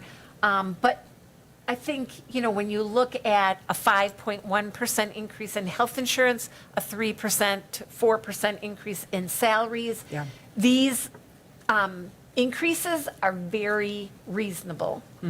So total of 8.73, if we had not rolled in those grants, we would be at a 4.2% increase overall in expenses. But those grants, again, increase. So if we had taken out those grants, our increase would be 1.7 million or 4.2%. Can I just ask, what's the unclassified category? Oh, so unclassified has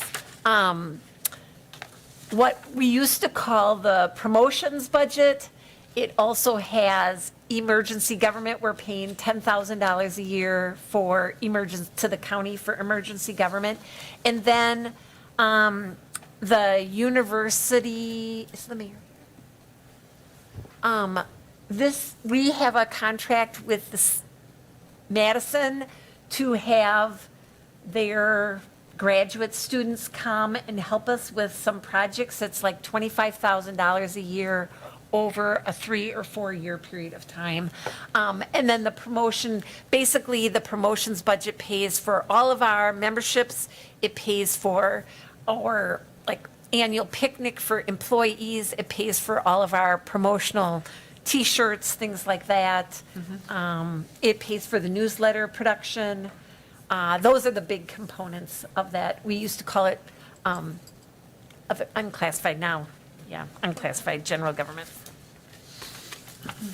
And then the other component last year, we said we were not going to fund about $300,000 of our expenses due to kind of a increase in vacancies. That remains unchanged in this 2024 budget. I think that that is working well. I noticed the county expanded their use. They have more employees than we do, but they expanded their use of that vacancy rate in their 2024 budget. Makes sense with the time it takes to recruit and train. Did I wear everybody Especially- out yet, or Not should I yet. keep going? We're good. Okay. Okay, so special revenue funds, these are, again, our different funds that we have set aside for specific items. That increase in community development from 325 to 425, we'll cover that in a couple slides.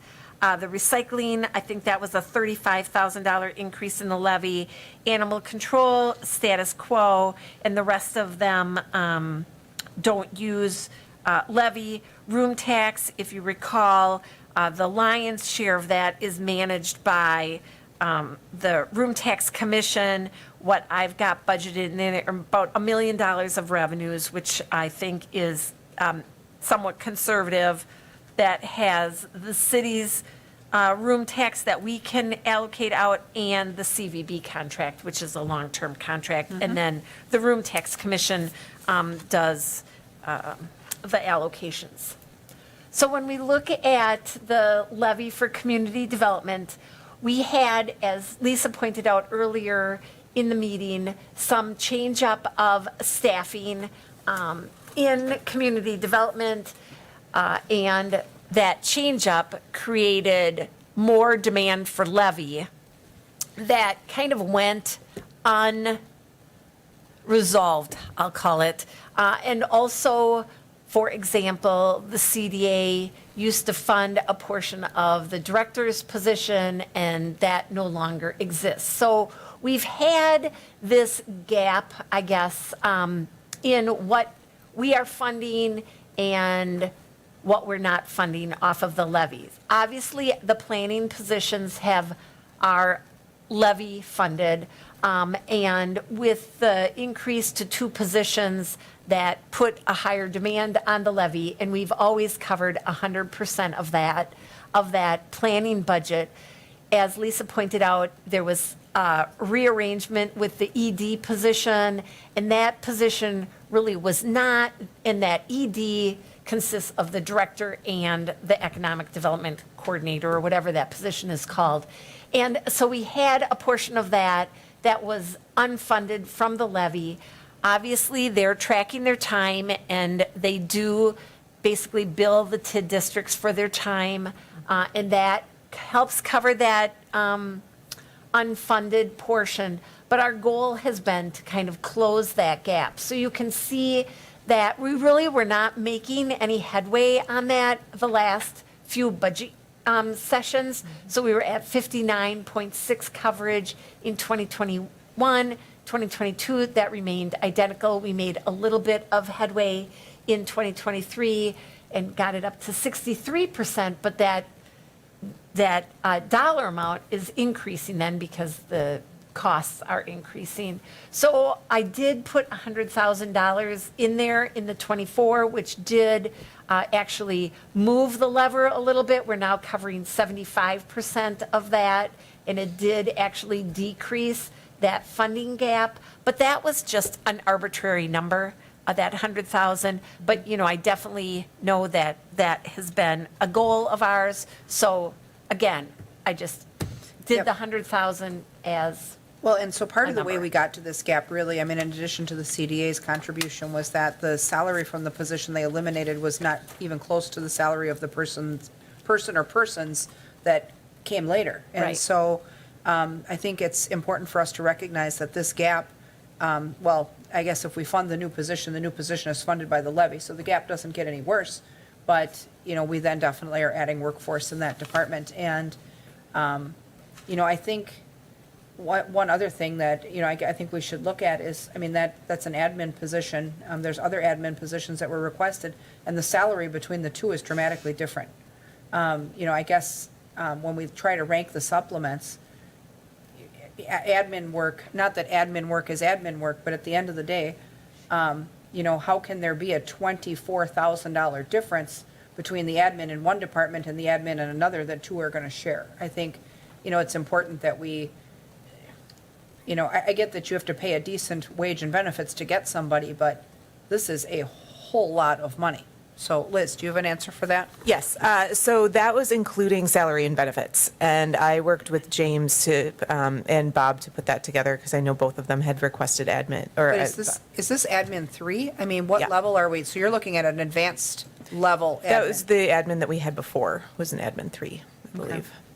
Okay, Yeah. all right.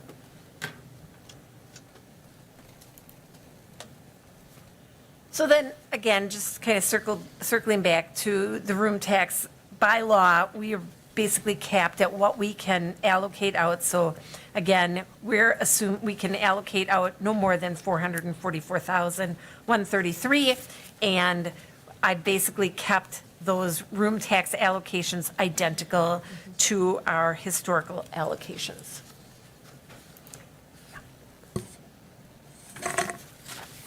So then, moving away from special revenue funds to capital projects funds, this is the capital project fund for 2024's budget. You can see that a big portion of that, 3.8 million, is infrastructure, facilities 970, park rolling stock 209, park trails 500,000, airport 300,000, and land acquisition 805. I put it in this year's, the 24 budget, because that is where the debt proceeds would come from. Looking at that infrastructure project, DOT is about 178,000, street improvements 1.6, pavement marking 75, storm sewer, which most of that is related to the street projects, 835, sidewalk 150, asphalt overlay 635, and concrete improvement 300,000. And then, in addition to these capital projects, we have the TID projects and, water and sewer have their own projects. Looking at how this is being funded, debt proceeds is, again, the lion's share of that. We talked about this earlier, really only a $10,000 increase in the levy from 24 to compared to 23. Grants of 433,000, and that is mainly the transit rolling stock. They have paratransit, and they get 80% funding. Room tax, 100,000, so that River Edge Trail of 500,000. The funding mechanism of that is 100,000 of room tax and 400,000 of donations. And then our special assessment income of 306. So that's how we're funding that $6 million worth of capital projects is in those financing mechanisms. So, and those infrastructure projects even are the ones that we see in the CIP portion of the budget. I think as we dive into that budget book a little further in our Yeah. next session, I think the SISM committee just last week learned that we looked at pavement ratings for streets, which engineering looks at and I think has some sleepless nights over.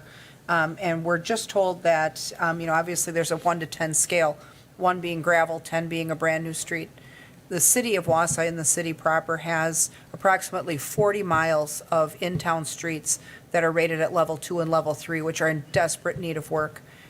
We are in the process in the SISM committee of trying to determine a strategy, assuming that the underground utilities would hold their own, to find them a way to maybe try to attack some of those lower rated streets and at least get them up a level or two, just to buy enough time to start to catch their breath on some of this, because it seems like it's an annual complaint that we all get from our residents, fix our streets, especially main thoroughfares, and they aren't all connecting highways where we can rely on the DOT for aid, yet the streets continue to decay.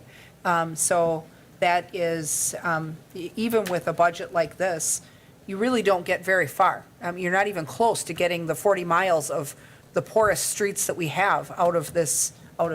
So, I think that, we may have to shift our strategy a little bit for what we attack first and when, but that was a decent quality discussion that we had last Thursday in CISM about what the condition of roads is here. So, if we get to a point where we're looking for cuts, that can't be it, because for years during the recession in 2008, 9, 10, that and parks were the first things that we grabbed out of when we couldn't afford where we needed to be. And we were reluctant to pass on any mill rate increase, and by doing that, I think we've created for ourselves a backlog that's worse than it needed to be. So I guess just a point there as far as what we discussed in CISM last week, that even funding this, we're not going to be ahead of the game by much. So, thanks. And then this isn't in your packet either, sorry.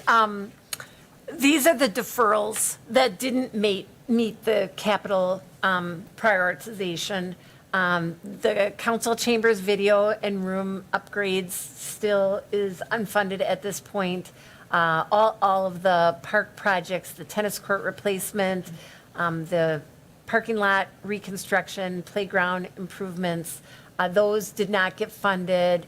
And then there was some roof replacement. One of the roof replacements, actually, the DPW did get funded, but the public safety building roof replacement wasn't considered as high of a priority, so that got deferred. Fence and gate replacement at DPW and their lighting upgrades was deferred. Police wanted to do a facilities needs assessment, that was unfunded, and then some street division office repairs and upgrades were unfunded. So about 1.3 million unfunded at this point. Yep, and that was a struggle for the CIP committee. They got to a point where, even with alternative funding sources, are only able to get so far down the list, and it wasn't near far enough. But here we have $1.3 million of stuff that ended up on the cutting room floor before we even got here tonight. And they struggled with that decision. There was a lot of things that they wanted to fund and they couldn't. I think the projects they move forward are certainly valuable. They do a similar ranking and scoring to what we do for supplements. And obviously, we have the authority to take some of these things off the list and, pluck them off the list and move them forward if we want, but we know that every one of them has a big price tag, or a big enough price tag that it creates an impact in the mill rate. So the one that stands out most in my mind is the video room control upgrade to the chamber. When you think of all of the struggles we have in our meetings to get all of these things to work together, even things as simple as voting and whatnot. So, we've been struggling with that, and IT's been struggling with that for the last 3 or 4 CIP cycles, and yet we've not been able to get that to the top of the list because the things they did pick off the list were more critical needs. But, these are things that I think we should, at least have an eye on, because at some point, not all of them will become emergencies, but they could become emergencies because there's stuff that we've already committed to waiting on, so. Go ahead, Carol. Thank you. So I did watch the meetings about the streets. I was really interested in that because I hear, I'm asked questions all the time, as I'm sure all of us are. So the 2024 infrastructure amounts, so the street improvements, 1,660,000, is that for any of the extra or not, or any of these amounts? Just so that I'm really clear in my head with For the that. projects that the CISM committee approved to move forward, and I think it's a cluster of them that are actually maybe in your district. Yeah, Eau Claire Boulevard, Pied Piper, and Emerson. Is that? Yep. So those were on the plan, I think, yeah, right? On the yep. 5-year plan. So the extra that you all talked about with the extra, the number of miles of the streets. Those aren't even on the radar That's not yet, on no. any of this. That's all I wanted to know, right? But I think CISM at some meeting, maybe 2 meetings ago, asked for another 300,000 be put into asphalt overlay. That is reflective in That's the this budget. 635. Yeah, that's in the Yep, 635. we'll bring up Eric and Alan who are, Because originally it was 300,000 and then we increased that to 600,000. Right, I think the challenge has been that the road surface, right, has been deteriorating, we haven't been able to maintain. So I think if you look back about 4 years ago, maybe it was 4, Al, we brought forward, I think we were about $90 million behind in road reconstruction. This year, about $125 million. You know, so you can see that every year we continue to fall behind. And so, you know, it's difficult, right, because it's not just the street, it's the infrastructure underneath. And so we're trying to prioritize roads for full reconstruction that the utility can afford, that we're having significant issues with the utilities underneath, and then also obviously the road surface, and as well as drainage and storm sewer. So there's a lot of things that we look at, but this year trying to get more asphalt overlay to take care of the surface, and hopefully we can get those streets, you know, that maybe don't have 100-year-old pipes underneath, or maybe we don't have a lot of breaks or anything. So maybe we can at least get the surfaces out for another 10, 12, 15 years before, you know, they just don't fall apart completely, so. yep, and that was some of the discussion we had, is really how much time can you buy with a mill and overlay? And if it's 10 to 15 years, you know, I think Alder Gisselman was the one on the committee that asked, well, what would it take just as a, you know, one fell swoop to get every street in town to 5 or better? And that price tag was enough to pretty much knock us all over. The 120 million, I remember coming out, and, you know, knowing that we will never have that kind of street and road budget ever. I mean, so what we have to look at is not only our transportation aids, but we look at maybe a slow and gradual ramp up to spending more on streets. I think Alan was telling us that, you know, when he first started with the city, their budget was considerably more. They could get a lot more done in the course of a summer than they can now. And we, you know, like I said, in 2008, 9, 10, 11, when things were really rough and we were furloughing our employees to meet our budget, the first thing we grabbed money out of was deferring streets and pulling money from park improvements. And so, you know, we made it, but we also then now, fast forward 10, 12 years, we've kind of created some of this backlog as well, because, you know, obviously the stuff we waited on is still there, but the stuff we didn't do in lieu of that is also now in a pickle. So, you know, I think hopefully we can get a few extra blocks out of that extra 300,000 even. I mean, it's certainly not cheap, you know. I don't know what we get for mill and overlay, but I thought we looked at it, maybe a cost to redo a street in its entirety is something like 125,000 to go a block or two, right? I mean, you don't go very far with an awful lot of money, which, you know, I think it's important for people to understand that, and then understand also that within the funds that we have and the pots of money we have, you can't just rob from one to dump in another. There are restrictions that apply. You know, and so often I'll have people come to me and say, well, stop paying for development and, you know, hire 5 people or, you know, fix 20 streets. Well, first, the price of a street isn't conducive to that. And second, there's guardrails on some of these funds where you don't just cross over. So, you know, I think it's important that as part of our grinding out of this budget, that we understand kind of how we get behind the 8 ball with some of this. Doug? Yes, circle back just to that TID retirement.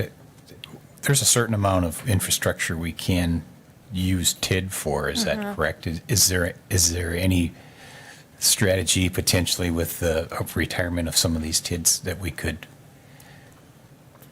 help out the street repair? Yeah, so when we look at it, you know, TID 6, like I said, is about $1.7, $1.8 million. We have these 12 firefighters and the community resource officer, so that's going to, you know, take about 1.2 million of that. And so that leaves a balance. And then we've got a slide coming up when we look at TID 7 that will have some savings, but we've got the DPW shop coming up. I mean, I think that budget right now is 24 million. So an amortization of 24 million over a 20-year period of time, you're looking at a debt payment of about $1.6 million a year. So that takes everything, basically. You know, when we look at those 2 TIDs Right. closing, obviously, you know, whether we do the housing, it's at some point is going to close and that increment is going to be released. in my mind, we've already spent it on, unfortunately, the positions and that public works shop. Right, so we'll be in a situation where we'll be able to afford to continue and retain, but we're not going to gain by leaps and bounds. I think we also can't underestimate the value that we get from the active TIDs right now to do extra Exactly. projects every year. Right. Because we pick up, in addition to the few projects that we approve that we borrow for, you can also use TID increment to complete an additional street or two if they're within those mapped zones. And so Or when a half TID map. goes away, right, and when a TID goes away, that is a massive section of map that you don't get any help on anymore, like from the TID, which, Right. you know, essentially, it allows all of the taxing jurisdictions to help you pay for a street. I mean, obviously, city residents aren't the only people using them, so, but when that mechanism goes away, then we're back to going it alone, which is debt borrowing. So, you know, there's a downside to losing a TID as well, because that mapped area doesn't get any help anymore on infrastructure. So, Carol? Well, and one other thing with the park improvements, I mean, I would guess some of that could, if those aren't done, it's liability issues too, depending upon what It what was at is. one point. You know, we had a time where they were asking for 25,000 per year to do playgrounds. And so we had deferred a whole bunch of those. And so instead of needing to do one at a time, they were needing to do 2 or 3 at a time. They've gotten to the point where almost all of them have been cycled out to better stuff. I think there's only a couple left on the list when we looked at them in CIP, and they're not as old as the stuff was that we had let pile up to the point that it was, you know, really in a rough state. So, you know, could they use a new park in those areas and some new equipment to match up to what we've seen, this, you know, colorful, dynamic, you know, just better stuff that the other parks have? Yes, but they're nowhere near as bad as some of the stuff we took out when we started to make up time that for the stuff that we had missed in the, you know, mid-2000s. So, but we did ask Jamie about that also in CIP, because we were looking at what the cost of deferral was, and certainly understanding that we're not looking to defer them forever. We just had other issues on the CIP that were, at the time, way more pressing, so. Well, and I just want to say to both of you, thanks for what you do, because like I said, I watched those meetings with great interest, and it's just such, It's a daunting it's a amount. huge, yeah, it is. So thank you. So then we also, a number of years ago, set up the central equipment fund because we saw that, you know, when the capital request came in, it was for just replacement of fire hose, replacement of a variety of things that needed replacing on a continual basis. And it was to try to even like from an IT perspective, the PC replacement, all of those were in at one time our capital competition. So we have this central equipment. You can see that this is another area where the levy increased about 100,000, and the driving increase this year was that new contract for the cameras and such at the fire department. Or not at the fire department, excuse me, police department. Sorry, I didn't mean to blame Bob for that. But, and then the police department really was hoping to start replacing their radios. They had requested that we put $47,000 in radios. You know, when Matt and I, the chief talked about it, you know, we've already are in kind of a, you know, looking at our levy. So, you know, he did agree to defer that, and we agreed to kind of look to see if there's other options for us, but definitely those radios, and, you know, the chief can talk about this much more intelligently than I can. Well, I But agree. and as he says, they're the lifeline to his officers. I definitely understand and believe that. They are. I mean, that's the one thing we talked about when they first got rid of the, you know, some of the equipment they had that didn't function very well, that they couldn't get local service for. We talked about the fact that the 3 most important things they have is a radio, a vest, and a gun. And so if all of those things aren't functioning and you're in a threatening situation, you are toast. So, you know, we did then undertake, I think under Chief Hardell's tenure, the start of replacing portables in a cyclical fashion. to get them to a better quality serviceable Motorola product. And so I think we did eventually, through 3 cycles of CIP, get that done. Then we had to start doing the same thing in fire because their stuff was junk as well. And so it wasn't made to be operated with a gloved hand, it wasn't moisture resistant, and it wasn't made for high temperature environments. Well, all 3 of those things are their day-to-day work. So through a cycle of 3 CIPs, we managed to get that done too. But then I think now we're probably coming to a point where the first batch is coming around again. Like, the stuff isn't without some level of, obsolescence and need for replacement, right? So, Yeah, that figure of 47,000 some odd dollars represents 10% of our radio stock. If we look at the total radios we need to operate the department, it's about 100 right now. Yep. And it seemed to make sense in a conversation with Mary Ann that we get like we used to be with vehicles. We keep them for 10 years and try and replace a portion of them every year. So to get on a cycle that we replace 10 radios a year, Yeah. and we know that the average lifespan of a radio is 10 years. Currently, they cost $4,700 a piece times 10. That's where we get that dollar figure from. So Right. that's going to be a recurring cost if we stick with that strategy indefinitely. well, and I think that makes sense because it's also good to have some of this equipment not all be the same age. That's one thing that we look at where you want some consistency in equipment so it operates the same way, but you also don't want to get to a point where everything is like failing and expiring at once because then it's a way bigger bill. So, I think that's why we wanted the central equipment fund, because when we would get our CIP prior to this existing, you would have stuff like that, critical safety equipment, competing with stuff like sidewalk repair and roofs and driveways. And so you got to a point where when you addressed all the critical safety and equipment needs, there wasn't any money left to fix a roof. And so we're like, God, this is stuff that they shouldn't be competing for. When you ask someone to go into a high-risk environment, the stuff they have has to work. And so hence the creation of this. And then every year we also had IT coming in for routine things like laptop and telephone replacement. Stuff just breaks. And so, there too, the competition factor of that seemed ridiculous. Like, we just need to recognize that there's a certain amount of equipment that people just need. Even if you're not adding staff, stuff quits working. So that this is huge for us to have this, that we can rely on and not then create this ranking and scoring matrix for stuff that people are going to take into high-risk situations and then let the decision become political about what they get or don't. So this is huge for us. And then, just, I guess, finishing our presentation on the TIDS, just a historical look at where we were from a TID limitation. 2020, we were under, and then went over and have continued to be over. Do you want to go to the next slide?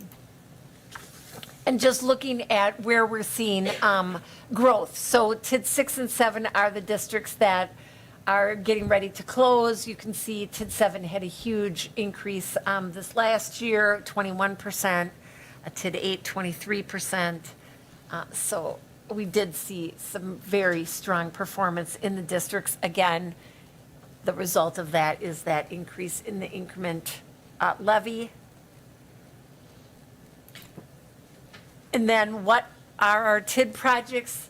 As Lisa mentioned earlier, we do try to do capital projects within the TIDs too, and this year is no different. So TID 3, which we did a project plan amendment this year to include some of these costs. Again, remediation costs from Wausau Chemical and the water plant, we have about 450,000. Athletic park improvements, 50,000. Trail development, 470, which would be funded, some of that through room tax. Yes. Short Street here is a street replacement that is being funded by the utility, or funded by the TID, so it's the street and the utility underneath the street. Redevelopment planning, 100,000 for some plans that community development wants to do. And then a big portion of this is parking, the demolition of the McClellan ramp, some long-term Jefferson ramp improvements, construction of parking lot 14, which is that gravel lot on what used to be church property that we purchased from the church. And then just some general other parking improvements. So about 3.7 million in parking improvements. In TID 8, again, just general concrete repairs. So that is definitely street improvements. And then the Washington Street retaining wall of 450. In TID 10, almost $4 million on the Stewart Avenue, 48th to 72nd Avenue. Again, a TID doing street projects. TID 11, which is out Great Lakes Cheese, the new area in the business campus, connecting trail design and curb cuts. And then TID 12 really is just carryover of whatever we haven't finished in the street grid or parking related projects that were funded out of the 23 budget. So that's the projects in the TID districts and then developer payments. So, we've got existing agreements with Great Lakes Cheese. That's a pay-go. This would be the 5th payment out of 10. In TID 12, the Macandon, which is Mark McDonald's. It's the clubhouse at Yep. the ballpark. This would be our 6th payment out of 10 of about 11,000. And then TID 12, we had that grant for the demolition work and the facade work on the furniture store. That's just paying out the rest of that. And that's an estimate of what would be remaining. So those would be our developer payments. Again, kind of talking about TID 7, we did a project plan amendment several years ago, and that authorized donating increment to TID 12 through 2025. And it was really a means of paying for all of the demolition of the mall and getting that street grid put back in because there's no increment to fund that. And so it really was to prevent massive deficits from growing in the district. So again, you would be able to extend the donation period, again, through Joint Review Board, because we would have more opportunities to extend that. And that extension for donation would not preclude you then from doing another resolution to do for affordable housing. But if you were not going to extend for donation after April 15th of 2024, so between April 15 of 24 and April 15 of 2025, you could close the district, you could extend for that additional donation period, or you can add for a year of affordable housing. The city's increment for TID 7 is about 960,000, almost $1 million. The total increment is $2 million. So that is a decision coming up, not quite yet, but it will be next year, a decision that you need to make of planning that district. And both 6 and 7 are out of their expenditure period. So you can't spend any more money but for that housing program. Well, and I think that's important to recognize, like, what the development looks like in TID 12. If projects start to take flight and generate increment of their own, the donation may be less necessary. Sure. I think also, given some of the conversations that have happened, at least with the county's TID task force, obviously extensions of either the life of the TID donation periods or late closures are some of the pain points where they have formed the task force in the first place, because not only on some level is there a lack of understanding of what the impact is, but there's a frustration about the timeliness of the return. And so they're grappling with all of that in an educational way right now. Yeah. But I certainly could see that, that would, certainly draw the ire of a few folks down the street. Sure. So, Though you do have to acknowledge that redevelopment is a lot more difficult Oh, to accomplish absolutely. and more expensive than, let's say, greenfield development. absolutely. And some of my discussion with them, as a member of the task force, has been that, even though the creation of a TID and the lifespan of one requires an element of weighting on the growth portion of the revenue stream, it also represents the fact that the municipality takes on the majority of the debt and the risk. And obviously that has to be recognized as well, because all of that gain would never be realized but for that risk taking, on our part and on the part of the developers that come to build in there.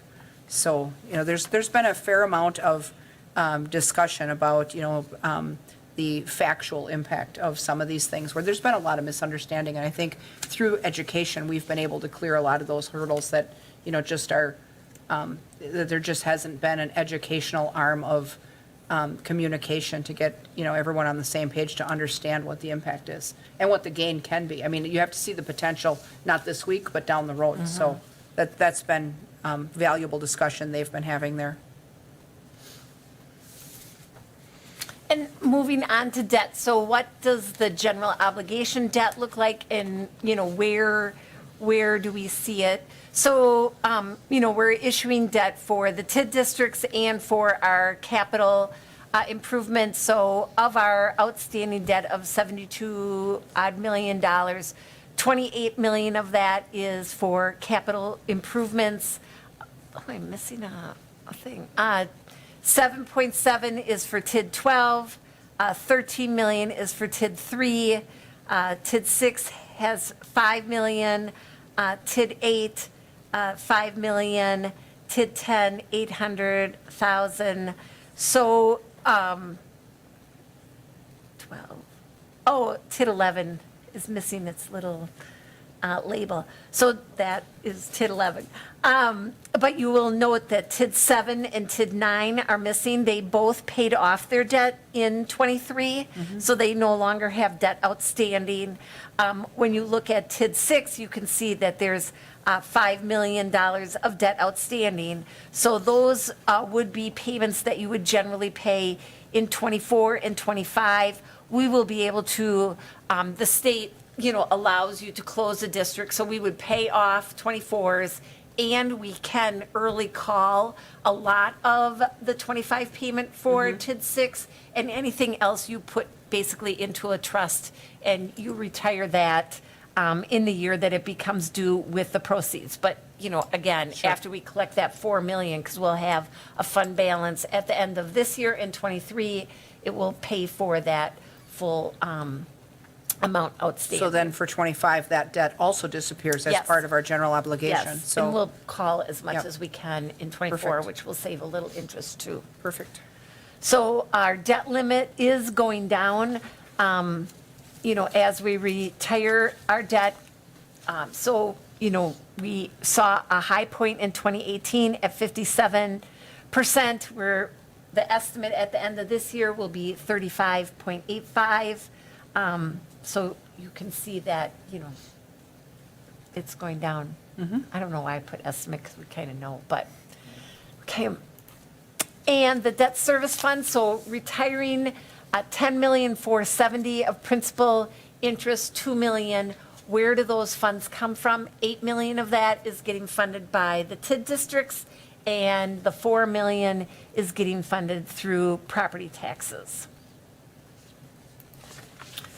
New debt, as we covered before, the capital projects plan is relying on 4.8 million of that. The TID 10, Stewart Avenue Project 3, just shy of 4 million.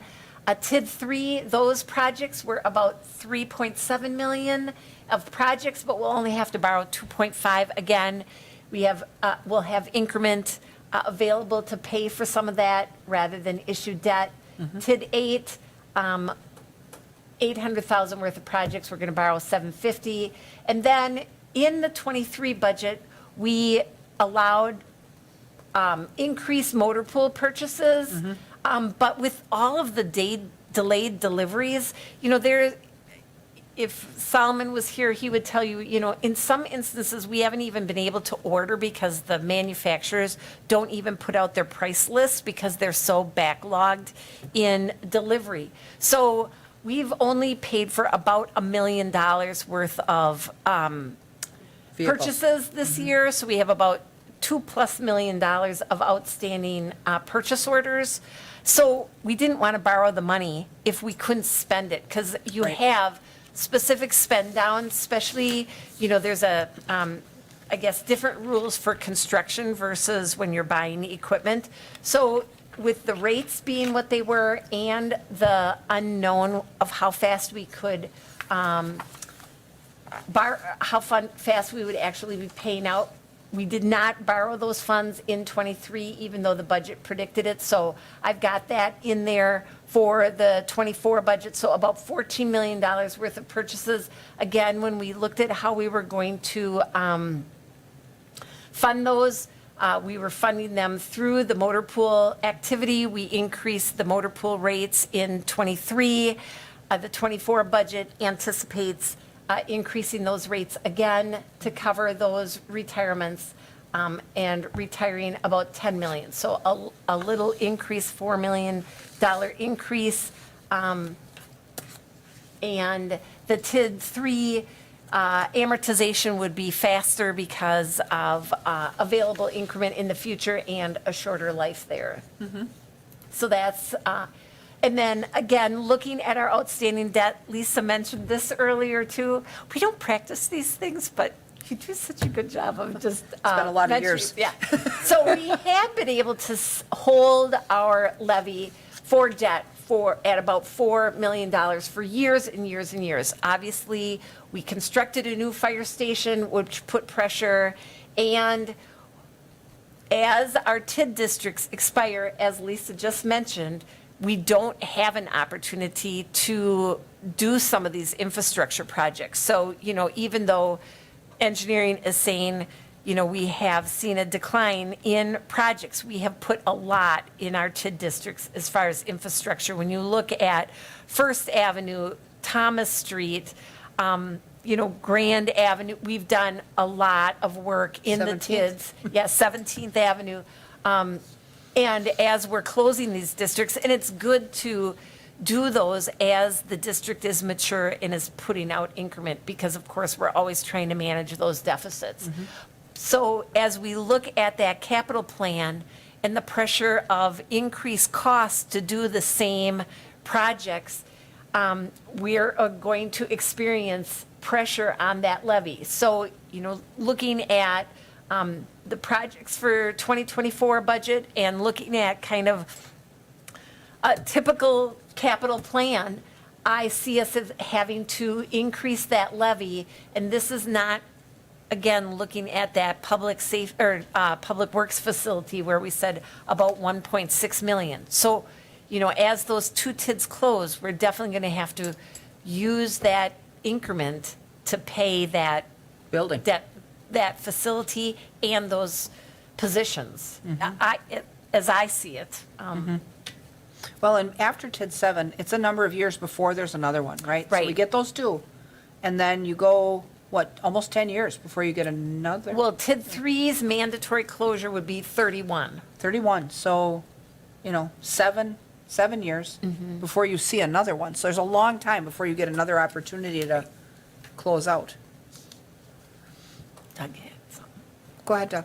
Yeah, good question on that slide. So it looks like you're showing maybe a slight increase, but as a percentage of the total category spend, it's hard to really get that. So what the percentage would be, I didn't see it if it was in there. Was there a expenditure by category that, your pie charts I really like, that showed the debt service Oh, yeah. with a comparison to the, Let me see if I can put some more information together on that. thank you. So our internal service funds, again, we kind of talked, and I didn't really cover that with our special revenue funds. I think, again, but for community development and those positions that, really don't have a funding source, all of our special revenue funds look in good shape. Similarly, with our internal service funds, you can see our insurance fund that pays like our casualty risk and our workers' comp. We have reserves of 1.5 million. The 2022 budget, when I went through that PowerPoint presentation, we did see an increase there. The employee benefits fund, as that runoff has kind of settled down and we had reserves built. So we've got about 1.8 million in our employee benefits fund. Obviously, our dental insurance is still self-funded, but the health insurance, we are now fully insured. So that 1.8 million is there in case we can ever go back to being self-insured for health insurance. Again, those reserves were based on the premiums that we collected when we were self-insured versus using a pseudo rate versus the actual claims. And then motor pool, again, we're constantly trying to manage. This is another area where we're seeing big cost increases in those, the fleet replacement and the delays in delivery. So we do want to kind of get into that in the future of how we want to manage those. Because, a fire truck today is about a 2-year delay for delivery. And Solomon called me this week saying, hey, now he's seen vendors, historically we've paid at delivery. Now some of these vendors are saying they want a down payment, particularly if we're equipping, we're building, taking a chassis and building stuff. I don't know. He could explain it better than me. There's a lot of customization to some of that. Right, and they're wanting us to pay for that during that Delay. that construction process of that vehicle. So, these are kind of changes from our practices that, we want you to be aware of and to kind of understand some of the stresses that we're going through in that area. Enterprise funds, Metro Ride, we did see propose a less than $100,000 increase.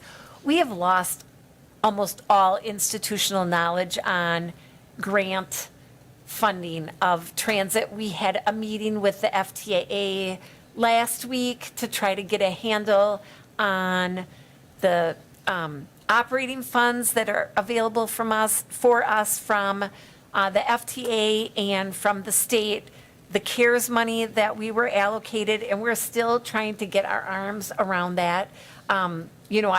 Again, we have reserves in the transit fund of about 1.4 million, so I don't, there's no alarms going off, but we do need to, get the institutional knowledge back on Well, what not what's only the going on in institutional that. knowledge, but the requirements, because so Yes. often there's things that can't cross over, there's things that can't be commingled, and, we had talked about facilities, sometimes you can't use a certain facility, Right. they have to have their own stuff, because then when you commingle that, you're in violation, and then you lose your grants, so, I think reclaiming that knowledge is huge. If we need to send people for training, then we absolutely need to send people for training, and, I think, I guess depending on how that goes, keep us posted on that, because the only other way to reclaim institutional knowledge is to find some way for the current director to network with his predecessor and siphon that knowledge. So, I don't know what possibilities exist for that still, but, it's a dangerous game to not have somebody that's completely up to speed fairly soon. And we on did stuff have like that. we just concluded the triennial review with the feds, and that went pretty well. Okay. So that was good. But there is that gap now that we need to close on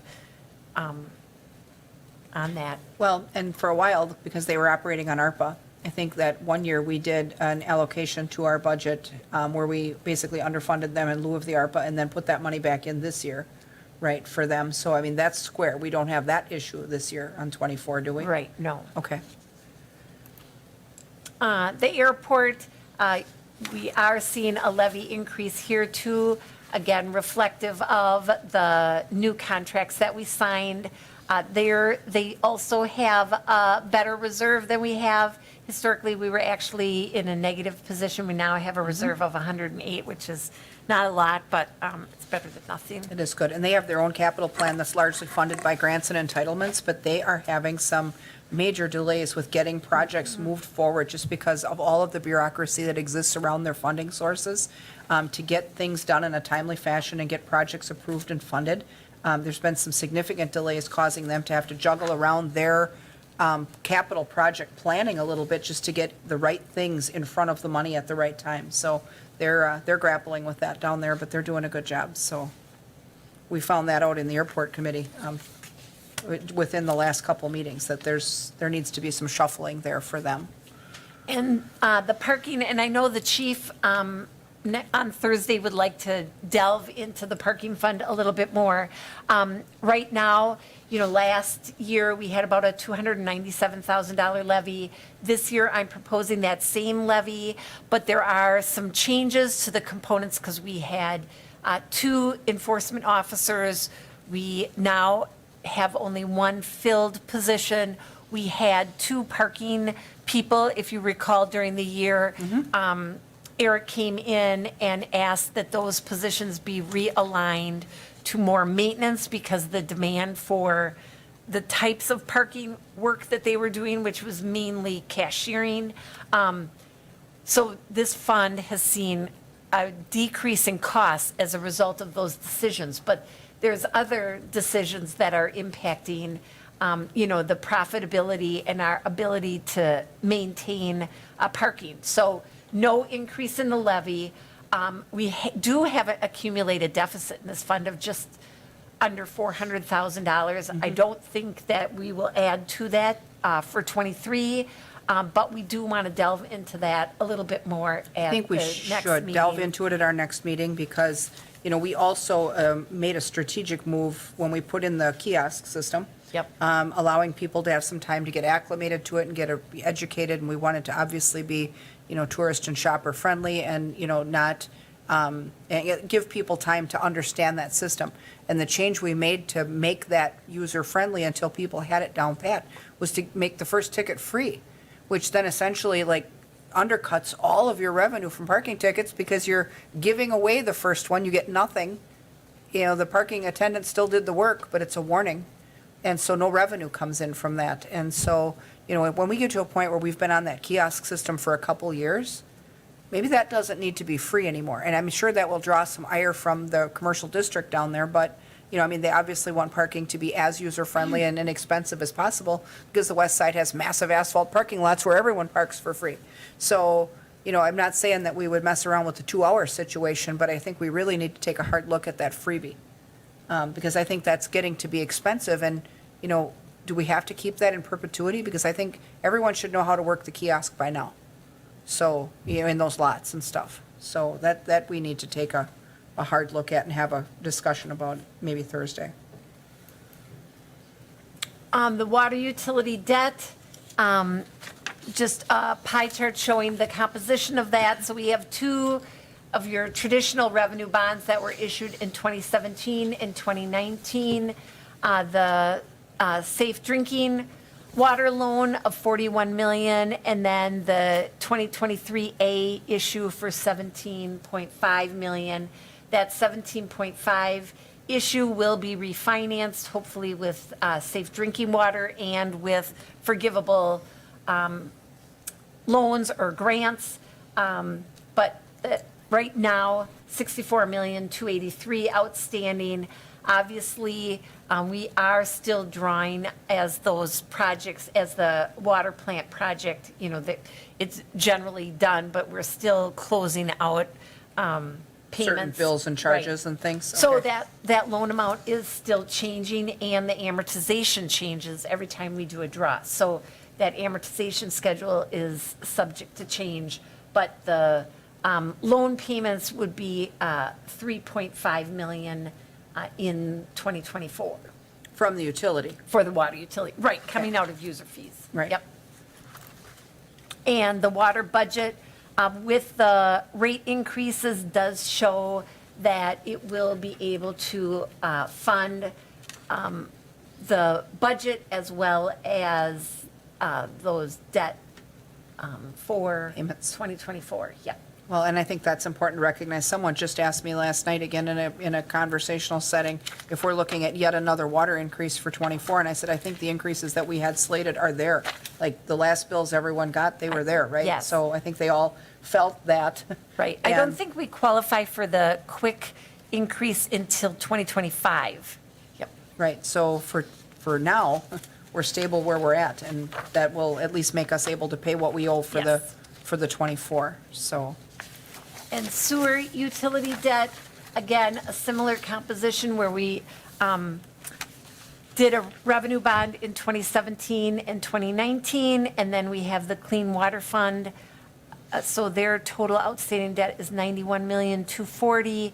Again, still drawing on for final project costs, so that amortization schedule will change, but about $5 million of debt payments this year. And that we will be able to finance that With based those on the fees. current budget, yeah. Okay. And there's still a big capital need. I think the important, thing is there's a big capital need for both water and sewer. We've funded a lot of the projects through ARPA, but Eric submitted ARPA requests. We kind of put a pin in those in the future for future consideration. And like I know on the agenda today for the utility, they were talking about the screening project, which I think we said ARPA paid for about 800,000 of that, but the actual cost is 3.6 million. So, there still are needs at the utility. I And think we're going to have to that's keep on top of that. That's important to recognize, because that is certainly not going away. And, the fact that we were able to use ARPA to defray their debt for basically 2 years' worth of projects, both their portion of the streets and their capital projects, we don't get that luxury next year. So their needs aren't going away, but we're going to have to go back to, figuring out how they're going to pay, because you can't build 2 new facilities and then again start down a cycle of not maintaining them, because we'll really be in a world of hurt if we let that happen. So, And I think those budgets too, we haven't really operated the facilities for an entire year. And so there is some like fine tuning that needs to play, that will likely take place, as they better understand chemical needs and, all of that stuff. well, and even things like the electrical costs. I mean, Right. if the solar project takes off, which there's a task force meeting about that, if that reduces the operating expense on the electrical side, awesome. But, that's something else that needs to get figured out. And, I think they're working on a consensus with the area that lives near the facility versus the actual need that they have. So, that isn't a complete solution. But, anything that reduces the operating cost and the overhead of something like that should be a positive.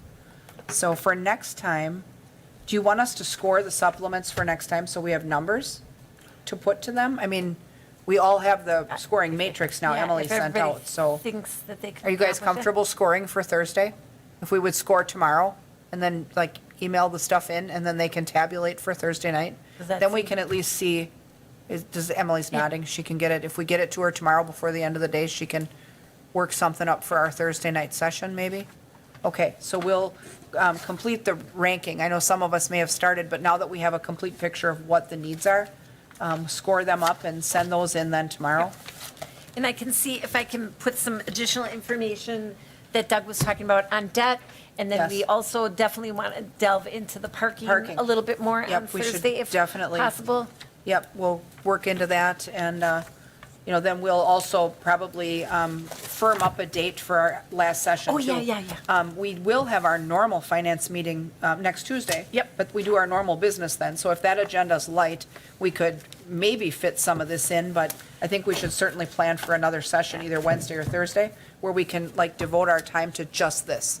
And the auditors were coming on Tuesday, Yeah, next and Tuesday their for. report is lengthy, Yeah. so maybe we shouldn't plan to not do budget that night right. specifically to accommodate Yeah. their presentation. And then I know that we had surveyed for quorum for a date midweek, Wednesday or Thursday maybe for next week. So if you have not responded yet to Cody or Mary about that, maybe send that in so we know which day. And then we can maybe compare calendars tomorrow night if we need to get that set up. Doug? What was our target for the final council vote on the budget? Oh, so. Did we have a date set, like So it's The November meeting, right? Yeah. By the November council meeting, the like first the one. 11th? The first one. Well, the public hearing is the first one. Right. And then the second meeting, which We we moved- moved the dates up We on moved that meeting because to of- get the bills out on Yeah. time. So November Right. 21st. Is it the 10th and the 17th, or? It's the 7th. The 7th is the public hearing. Yep, and the And then 21st. 2 weeks later, yes, you So the got it. 21st. Yeah. 7th and the 21st. So get it done by then. Yeah, right. Well, we are hoping that, if we have a in-depth session like we had tonight, Thursday, and then we have one more next week, we really should be in a position to, like, have a finished product, hopefully we have our manufacturing values by then. You know, That's- if- yeah. We're kind of. Yep. Right I'm in going that on the website. timeframe, so she's been checking Like daily, so. daily. Daily, right? I mean, we have to, yeah. So that really is our one outstanding, I mean, you can kind of guess, but you don't really know, so. Right. All right, so with that, this has been a lengthy but informative session. It's okay, because this is important work. So I'll take a motion to adjourn, and we'll reconvene Thursday night. Motion by adjourn. Denny, second by Martins. Members in favor signify by saying aye. Aye. Thanks, everyone, and we will see you Thursday.